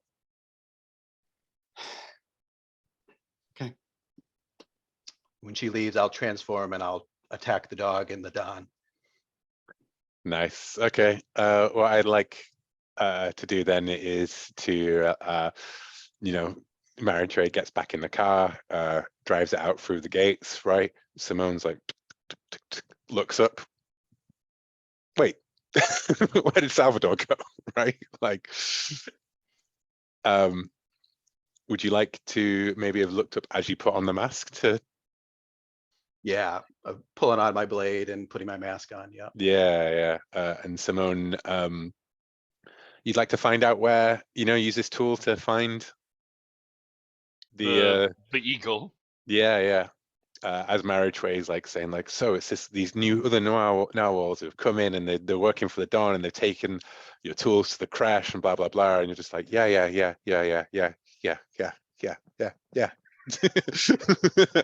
Paying no attention as you're entranced by your own work.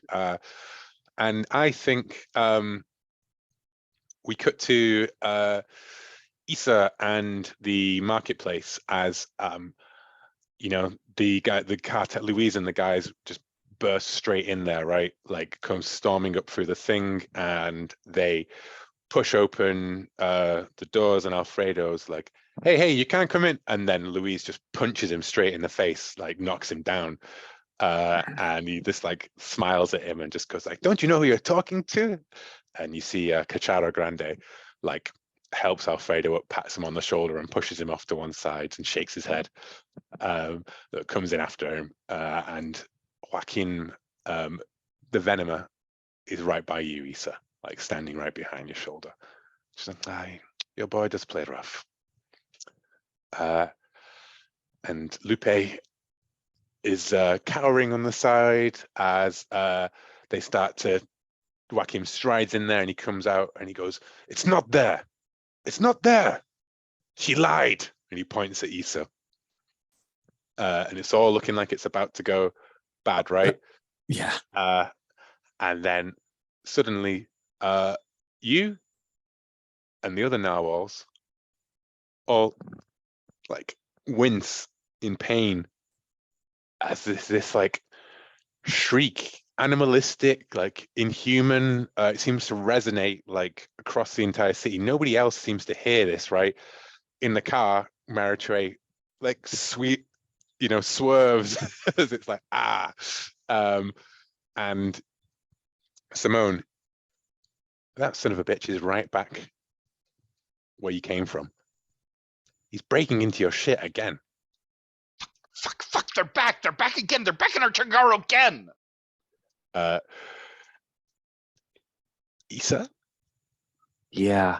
Joaquin turns, like staggers up, and he reaches in and he pulls out this eagle mask and he puts it on.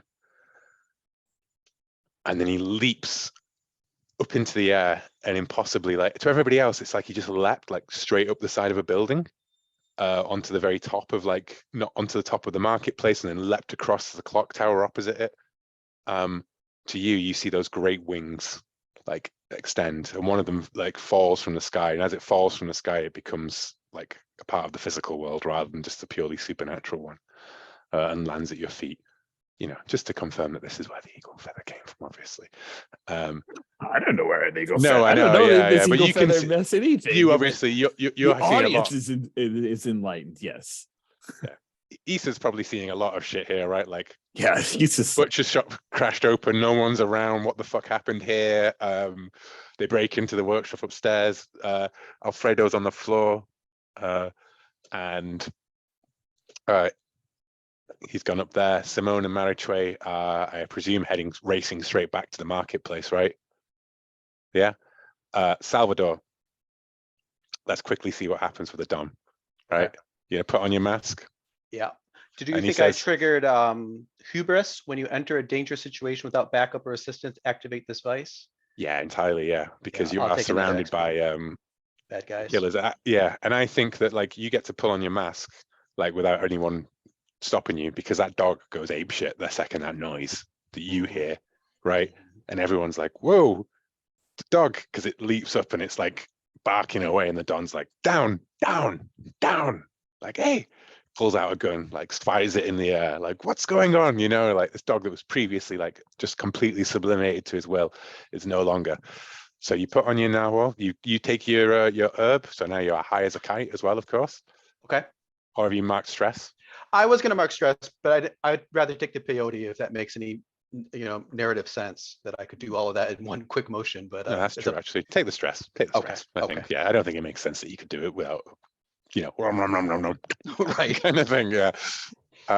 Only in a Cool. video game could you do that. All right. Okay. So you are very much, there are a bunch of goons, the Don, and the dog here. Right. So I've got the SMG spraying all the humans, and I'm going to take the hatchet to the dog, the mystical hatchet. Okay. So Assail someone? Is that what we're doing? yeah, I think you're doing a sales someone, and I will do it as a you're doing the pack rather than someone, right? You're doing someone's kind of thing. Yeah. So when I have my mask on, I get +1 Gara, so I'm rolling +3. This can't go wrong. Oops. Oh, that's a 6. All right. Oh, that's an XP. I level up. You leveled up. Oh, Cool. that's a silver lining. You're going to die, but you will level up. Yeah. Is it 4 XP to level up? I think that's how I'm It reading is. it. Yeah. Okay. So you, like, I was gonna say Don's like, one of his goons comes and drags that dog away, right? Like, because it's impossibly strong. It takes like 3 of them to do it, and you're like, it's just 3 to level up apparently, and that's when you step back up with your dog mask on and you like down. Like, I think maybe it's like a machine pistol, like a small SMG, right? Like not an MP5, but like a absolutely. Yep. Totally. close range Sicario weapon. Mhm. And you kill 2 of the guards, right? And the Don yowls and staggers back, and that's when the dog wrenches 3 and just plows straight on top of you, right? And starts ripping and tearing away at you. I'm gonna say that is a deadly harm on a miss. And now let us quickly roll. You know what? Let us not quickly roll that. Let me cut back to you, and then we will. No, let's just resolve it. Sorry, I always do this when there are rolls that are when you get hit hard. I just right? literally took the move. Whenever I take deadly harm, I reduce it by a step, and I get +1 forward. Nice. So you reduce it Called to Guerrero Jaguar. I reduce it to Nice. heavy. So you reduce it to heavy, and you also I get a +1 now forward. can take a +1 forward, so you'll get hit hard roll. Okay. What do you roll with that? Any Roll and add your straight? armor, if any. Okay, no, I don't have any. Okay, so straight roll.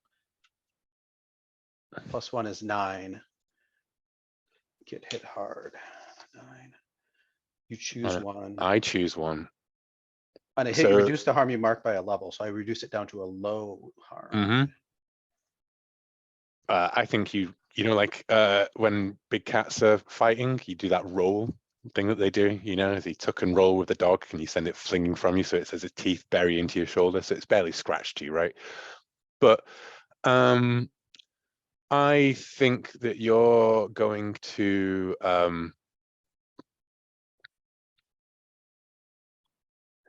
give your opposition an advantage here, right? That this fight with the dog, as you fling it away and it crashes against the wall, right? Maybe it lands in the pool. It lands in Don Fidencio's pool, and it's just thrashing around in there. And as you look up and you stand up and your predators crouch, you see that the goons have stepped back up again, and now they are like a firing squad, like rifles. And the Don is like on the floor, and he's like, Salvador, you break my heart. And we cut away too. Inside the marketplace, Simone Maritray, you're racing towards it. Issa's inside.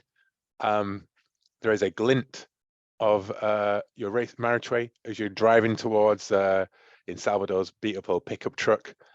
You see a glint of a light coming up from the clock tower above you, and then there is a and the windshield explodes. The sniper has just taken a hit, a shot at you. You know where they are. They know where you are. Thanks to it makes a loud noise. The eagle is basically in his bird's nest, shooting down at you now. Maritre, you're driving. I mean, probably not anymore. How close are we to the marketplace? I think you're coming down you know what I mean? Like if you were to bail out here, you could run up Yeah. the build. You know, like we're in dramatically close distance we're in Star Wars distance of firing, right? Like as soon as the camera changes angle, you could be right up on top of them. Like, I mean, I think we go skidding to a halt at that point, right? We're mhm. out scrambling for cover. Bing, bing, you know, bang, bang. Salvador's car gets a new couple more holes in it. You won't notice. I think as like the window glass is still falling and the truck is like swerving and skidding to a stop, Simone just like reaches out through the broken windshield, grabs the top of the car, and flings himself out and up. Okay. And I want to mark 2 stress to safely parkour yourself across a dangerous battlefield and make a tool appear in your hand. Ooh. As he like flies out the top of the truck, grabs a ledge or something, and flings himself up the building. Did I make you mark stress to put your mask on for your tinker move? Oh, did I need to go again? Yeah. Okay. Unless We're saying that you've been in your monkey mask the entire day, right? Which I don't think. Oh, it has been all day. That doesn't make sense. Yeah. I'll have eaten my second Heart of Earth then, because this does feel like a great time to be high as fuck. Yeah, that's certainly what you were doing in the back of the car, right? It was munching on your peyote and tinkering away. I'll put on my mask with a mushroom as well. Nice. And as his hand sort of grabs the ledge of the roof there, his other hand swings up, and just seeming to come up out of his sleeve is a meat hook and chain, like we use down in the butcher to hang up the angels. As I'm trying to like swing it and hook it around some part of the eagle and drag us towards each other.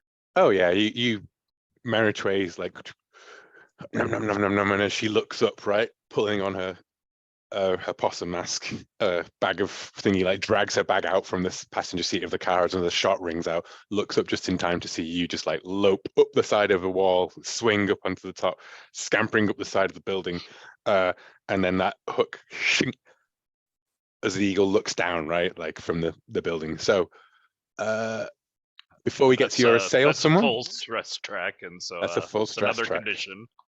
Yeah. I'd like you to roll to avoid trouble as well, because the parkour is, I think, how you're able to, you know, the superhuman feat of how you're able to close this distance, right? But you are still moving against. But I will give you a +1 forward to it as well, because I think that your way of approaching is very hard for a sniper to hit. Do you know? Because you're scampering around, and that chain hook thing was so fucking cool. I've got to give you some sort of reward for it. And insecure didn't feel right, so I marked restless, which is a -2 to avoid troubles. Oh wow, perfect. So it's just a -1 then at the moment. What's that's Instinto. All right, so +1 total. You're pretty good at. It's another 6, Oh, which I am great at rolling. Well, you mark another experience. You have drawn off all of the eagle's fire as you lope your way up there. But I think, you know, as you swing your way up and you go like on the thing is when you have him from behind. You know, you swooped around the side of the building, right? And that's when he like spins and his wings turn like that you can see turn into like the feathers are like blades. Because he is a higher level of nahuality than you guys, basically. You are gashed straight across, and I'm going to give you a heavy harm there. So again, when you get hit hard hole, roll and add your armor. which you don't have any. So I roll do not. a dice. Well, that one's a 7. Okay, well, you get to lower it down to a light harm instead of a heavy one. Nice. And oh God, I'm almost tempted to inflict another condition on you, right? That Well, would that'd be be interesting. 3. If you need to mark a condition, you cannot. Yeah, you know what? Okay, so that puts me on the edge of that, but The not edge quite of there. that. Yeah, let's do it because it puts you on the edge of it, right? And we got half an Nice. hour basically, right? So yeah, Yeah, apologies. I was very sure of myself right up until the point of razor feathers. Yeah. So now I'm insecure. Yeah. And then sink, it cuts straight through that chain that you've been using. Right? Like, think, oh shit. Like, yeah. And he walking like, it's like, I won't have to hunt you down like an animal, like a monkey in the trees. Give me the mask. And he holds up this one. Come take it. You leap back off the thing, right? And he leaps after you. Like, yeah, I love that. Now there is a eagle flying after a monkey as he desperately an insecure, restless, shaken monkey as he races away. Issa, inside, it's all this Yes. chaos going down. Louise grabs you roughly by the shoulder. The gunfire is going off, and he points towards his goons and he nods. And he looks towards Elven Nina and says, this wasn't part of the deal. It's getting violent here. We need to go. And she rolls her eyes and says, leave this to the professionals, sweetheart. It's now or never. What we're offering you is money you would never need to be the hunt again. We have a way. You pick off the Don, his strays that he makes into better animals. There are more strays in this barrio, more curs. And she kicks at Alfredo as he rolls on the ground and cowers. And she says, this place is filled with animals that will just simply die. And for what purpose? We can use them. The nursemaid has shown us how. Why let them die for nothing? Why let them die of poverty and hunger and crime and drugs and all of the other wasteful here when they could help us tame the angels? You take the blood, we take the meat, and we make our own herd. And some things clip into place for you. The creche, the angels, all of that. Basically, there's no such thing as baby angels. There are babies. We only use the ones that would die anyways. It's been feeding them angel blood.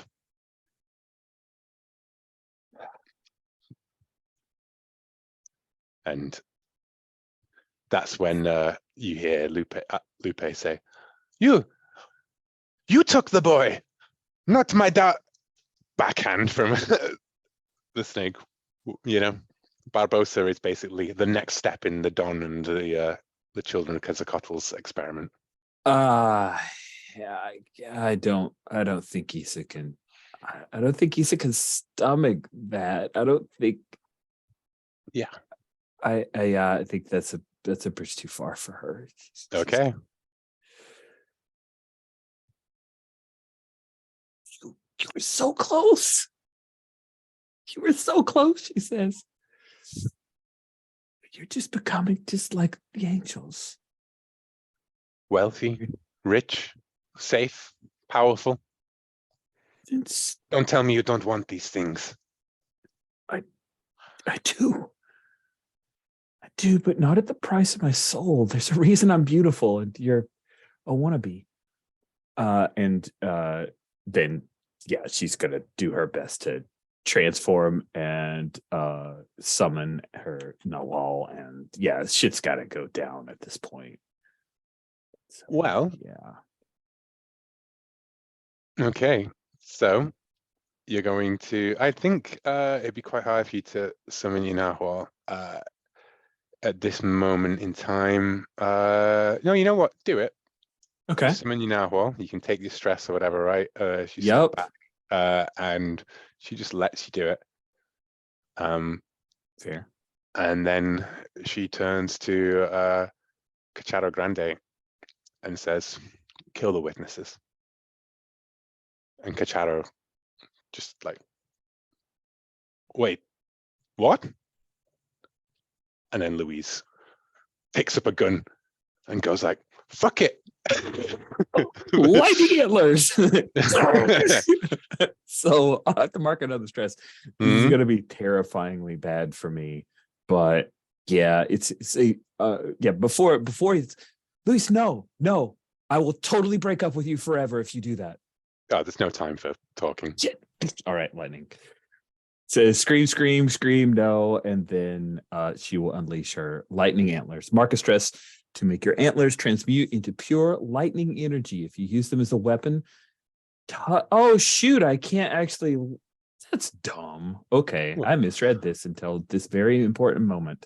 Well, I think that like Louise pulls that gun out right, and the camera's fixed on Louise as he like wildly points that gun towards Alfredo and Lupe, nimbly like, dance forward and try to tackle you're a into deer, him. right? And, You charge forward yeah, with your lightning antlers, like it's terrible.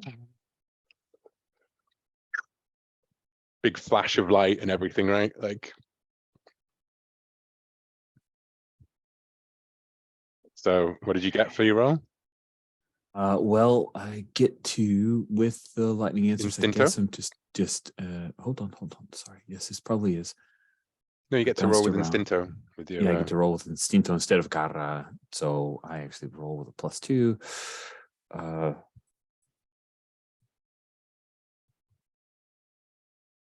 She screams out her attack, lightning antlers. That's a great idea.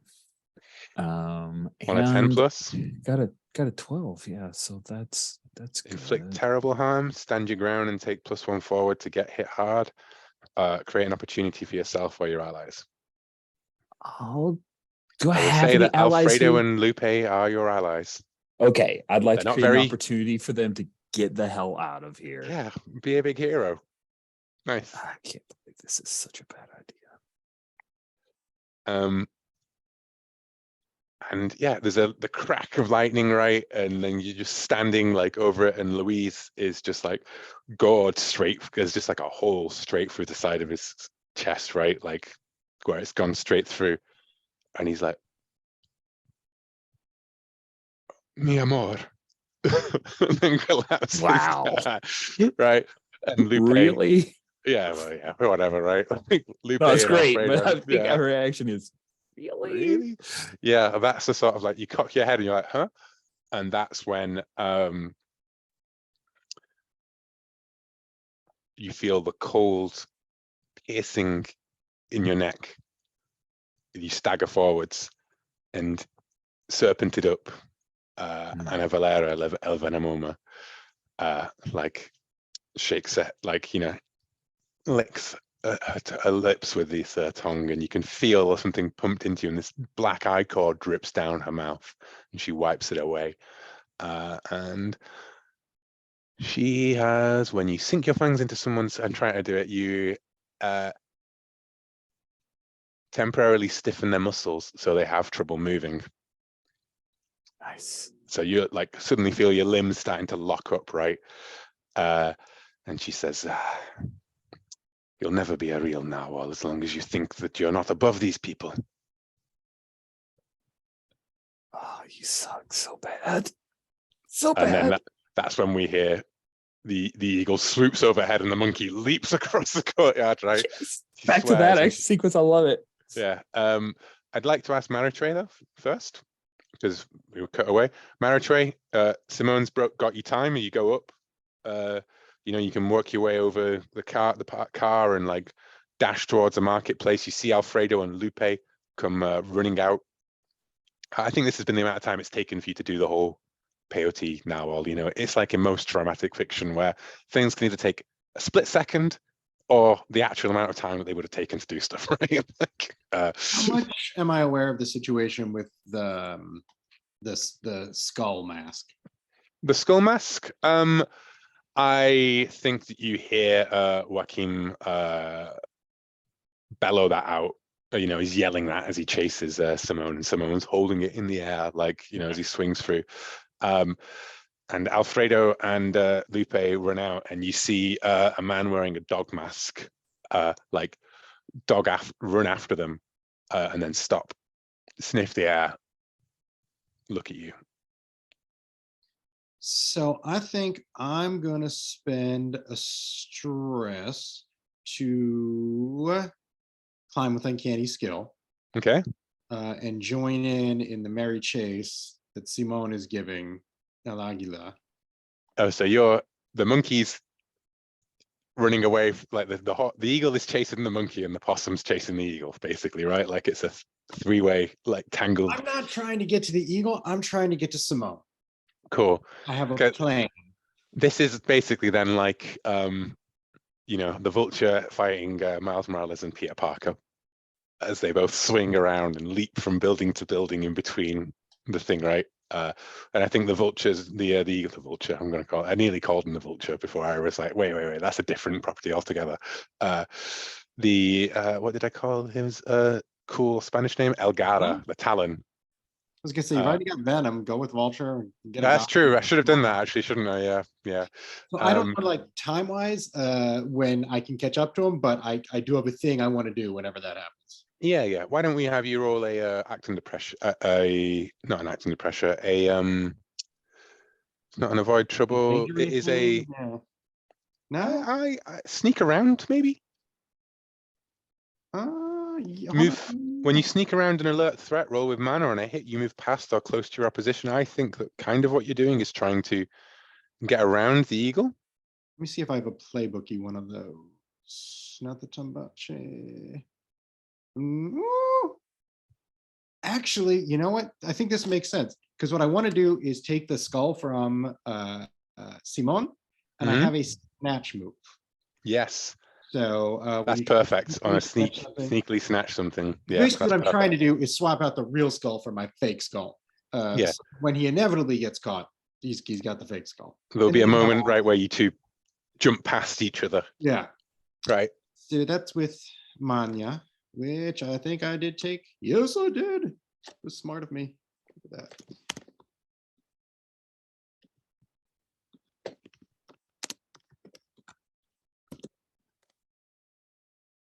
Still in the middle though. It's a 9. See what that means for me. That means in a 7 to 9 you can get your hands on it, but mark stress if you do. Yeah, all right. And whoever stole from finds out it was you. So I think basically you are aware of it, Simone, and it wasn't. I'm embarrassed by it. You could ask for assist and get the +1, maybe to kick it up to a 10 if that helps. Would you be interested in that? You can intervene.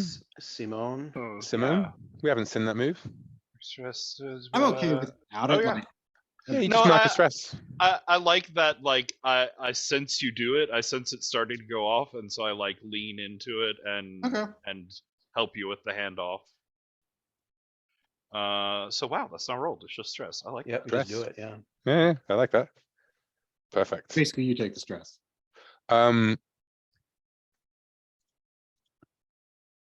Do you have another stress left in your bank, Simone? Oh, definitely. I have so much more stress left. Yeah. If you keep your meddling hidden from your target with an extra stress, then the eagle will have no way of knowing that there could possibly be a swap taking place. Because as far as he's concerned, you guys didn't even touch. You were that slick, basically. It's the monkey and the possum. Let's do a perfect trick here. That's very in character. Yeah. You juggle the masks, right? You know what I mean? Like, it's like a but he never sees that there's another one in existence. You managed to keep it all completely hidden from, like, with your body and everything like that. Yeah, I think like nice. 3-mass Monty, like, I'm trying to save him instead of what we're actually doing. Like I'm jumping in, like, and then but I screw up. Looks like I screw up what I'm actually trying to do when that's not what it was. Yeah. Yeah, you fall through the awnings, right? Like down to the street. And the eagle's like, ha, pitiful, unaware. Why don't we quickly cut back to Salvador, staring in the guns, and the Don's like, you're an animal, Salvador. You are my dog. But now I see you're just a fucking pussy. That's when I go invisible. I'm gonna take a stress. I'm invisible to mundane eyes. Would it narratively be best for me to get back with the others, or should we just fight this out here? It depends on what where the time is. I think that like it's going to be like one more thing with One the more others. round? Really, Okay. I don't think you're going to get back to the others in combat, anyways. You know, Okay, it alright. depends on whether or not you want to try and kill the Don, Yeah, I or think you I go want to. invisible and continue to try to use that advantage to avoid the firing squad that you said was lined up, Mm-hmm. and try to kill the Don and anyone else I can Yeah, I in think a that's horrible bloodbath. So I think you can avoid it, which means that you don't just get after acting you know, you don't have to just avoid the trouble. Basically, you can go back to assailing someone, and we can say that you focus on the Don, right? Okay. All right, 2d6 plus 3. That's better. 10. You choose one as well. You inflict terrible harm, upgrade your armor level, stand your ground, take +1 forward, or create an opportunity. Let's just inflict even more harm than I would have otherwise. Okay. Yeah, I like Trade it. harm is established. Do I take any harm, you think? Or am I invisible? There is the dog still that can see me, I presume. Yeah, It's not mundane. I think that the harm that you're going to take is after you kill the Don, right? It's from the wild shots of his guards, right? As they like unload, I imagine you're going to kill the Don and then jump over the wall, right? Like get away from the Yeah. gunmen because there's shitloads of them, right? And they're not going to just stop trying to kill you because they killed the Don. Right. So like I think the harm you're going to take is from that like whistling bullets coming past you, which will just be a low harm anyways for you because you are Guerrero Jaguar. And but tell me how you kill the Don. I think being invisible, he panics when I go invisible, but the dog sees me and I run over to him. And as the dog leaps at me, I take him and put, the dog hits his neck rather than mine, right? And he's killed by his dog, and then I make my escape. Yeah. Screams ringing out as the dog was kind of going crazy already, right? It wasn't really, it's probably just bloodlust, so it probably just really enjoys getting at him. And I think that you have the bodies of the dog and Don Fidencio between you as the guards just in horror just unload their assault rifles, obliterating their former boss and the dog, and you just take like a wing, as you scrabble out onto the hills, running away as lights and shouts come up on the house on the hill above you. Back down, Issa, your muscles are stiff. The dog Guerrero Grande, Cacharo Grande, lopes back inside, and he yells, "They're after Joaquin," and she says, "You didn't kill them?" And he's like, "I didn't. They're just people." And she spits and says, "You're not a true hunter. You're not part of the pack, Cacharo. Prove it. Kill her." And points at Issa, who's like stumbling, like a newborn fawn, basically, like all like.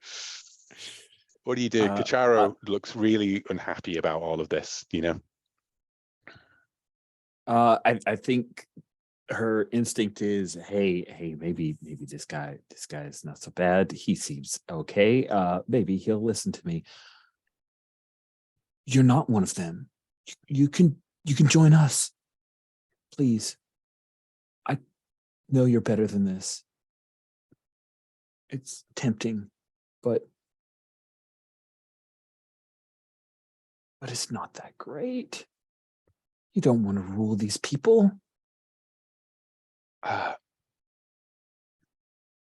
If you mentioned something about the children, I think that Cacharo Grande actually doesn't know the full extent of that. Nice. You know what he says? He says, "No, they showed me how all of this works. I'll be lost without them. The angels, I see them everywhere. They're the only way I can stop them. The only way I can protect the children." No, she's using the children, all of them, You can't be party to it. Roll me your make a fuss. All right. Wish I were better at fussing. All right. Let's make a fuss. That is Plus barrio. okay. Okay. What is a 1? All right. I'll give you a +1 forward on that as well, because I think Cacharo Grande's nature is entirely unhappy with everything he's been doing so far. Oh, a 6. This is it. Louis. Marichway, would you like to spend a stress to assist Issa there? If there's a good way to do it, I absolutely would like to. Yeah, I mean, if you I think if you yelled something out about they took the Barbosa the boy kind of thing, you know? Oh yeah, if you don't know that, that is a good thing. Definitely, I will take the stress for that.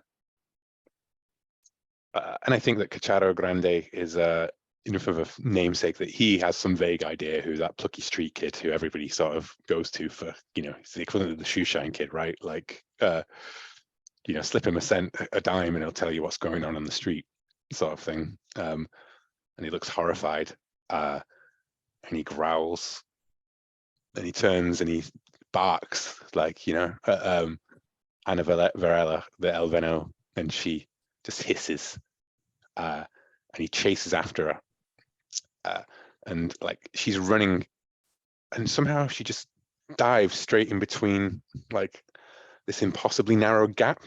No, she's a skinny woman, but there's no way, right? Like the human skeleton could possibly get through that, but she just through, and she's in the wind.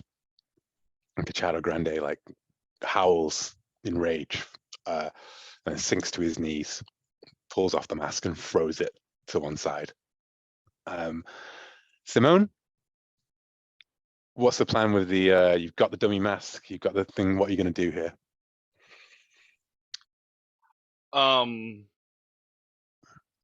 So the eagle here. What's his situation like? Does he still have his gun? What's he doing? He has a pistol, but he's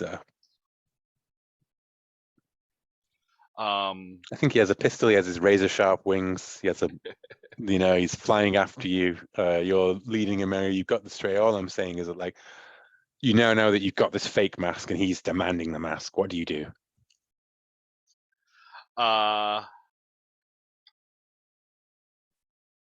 Yeah, I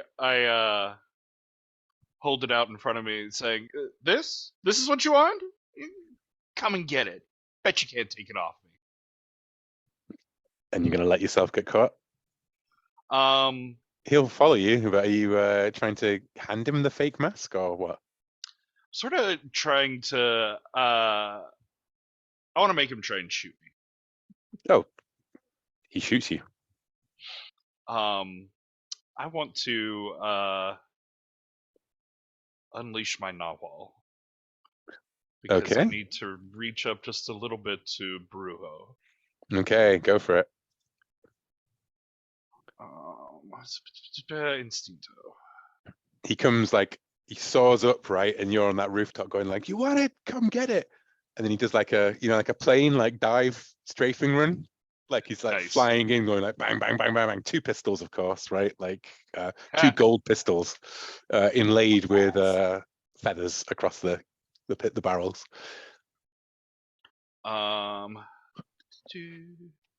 Oh wait, there we go. Oh yes, okay. This is all working out perfectly. So I got a 9. I'm going to spend a stress as he gets up like right close to me where he couldn't possibly miss with his pistols, and my other hand comes up empty with just like finger guns. I say bang, and as he fires his pistol, it backfires right in his face as I make a device malfunction right when I want it to. But the 7 to 9 has me mark another condition, which I don't have. So my Nahual gets out of my control, and I ask you what happens. Cool. Yeah, it explodes, right? In his hand, and he yells out, and he flings away the other gun.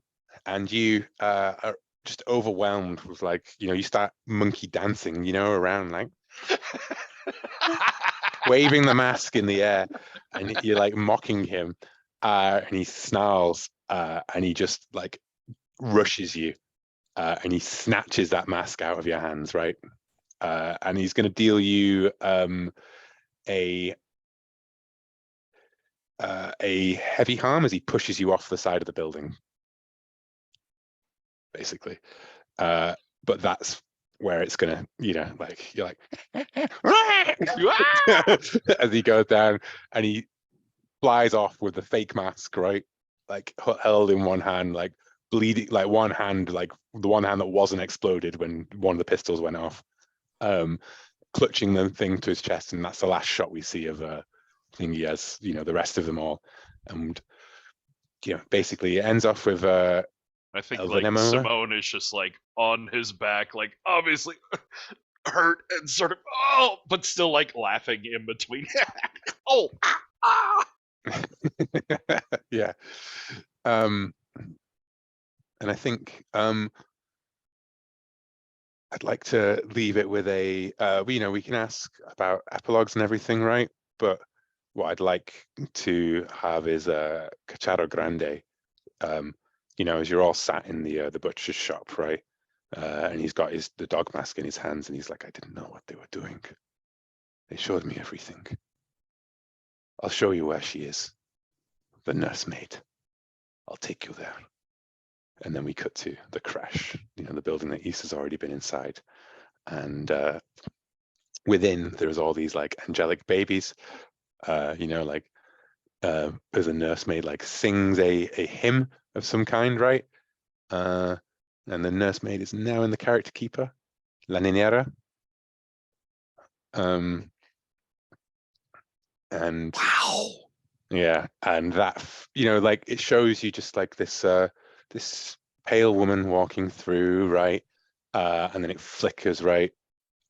And these babies are all kind of like slightly glowing even in the mortal world.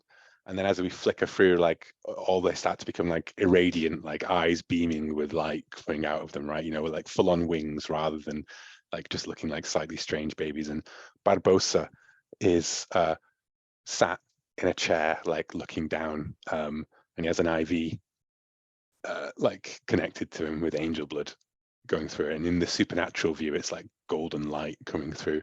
And La Nina like strokes his hair, and she's singing a hymn to him, and then those eyes, the wings spread. And that's where we cut for next time on Nahual, right? Like you take on the threat that I didn't quite have enough time to shove in, because like that was what was going to happen if Rich hadn't gone along with the people who kidnapped. That's fine. And that's the end of the session. Does anyone have any last things they want to give us, like a last snapshot of their characters or anything like that?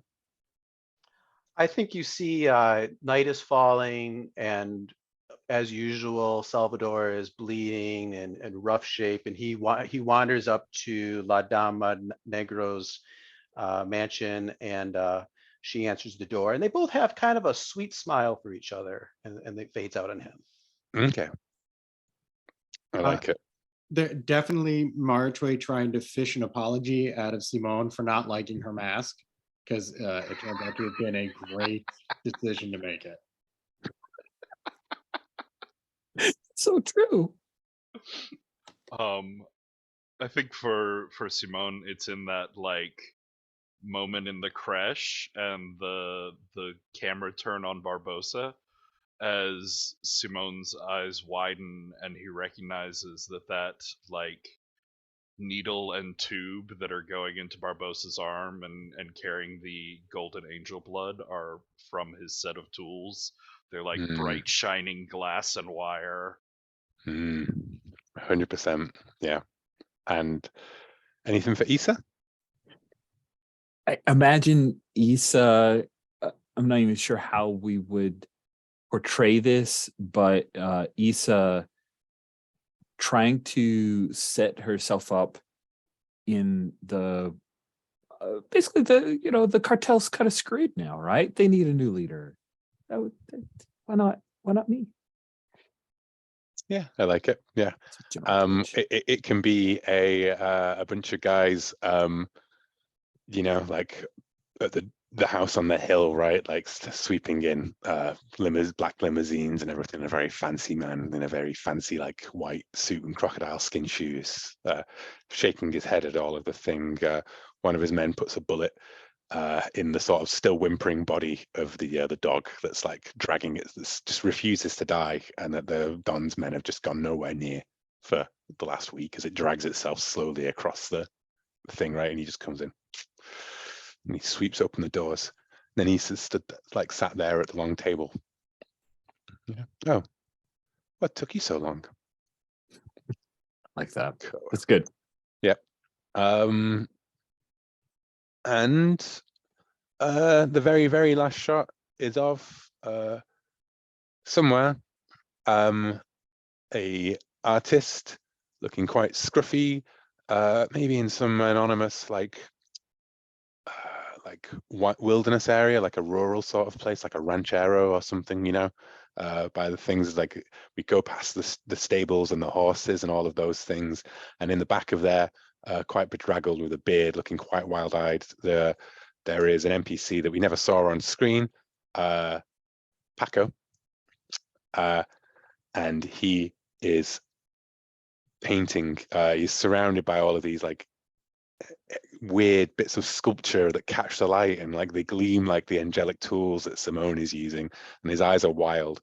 And he has like paint on the back. He's putting the finishing touches to a mural on the back wall of the stables, and it is the nursemaid, right? And he says, oh, "She's coming. She's coming." Nice. And that's where we end. There we go. So yeah, thank you very much, guys. That was Nahual. Keith, I'll leave it to you to say your last words because you've got a jet on the hour.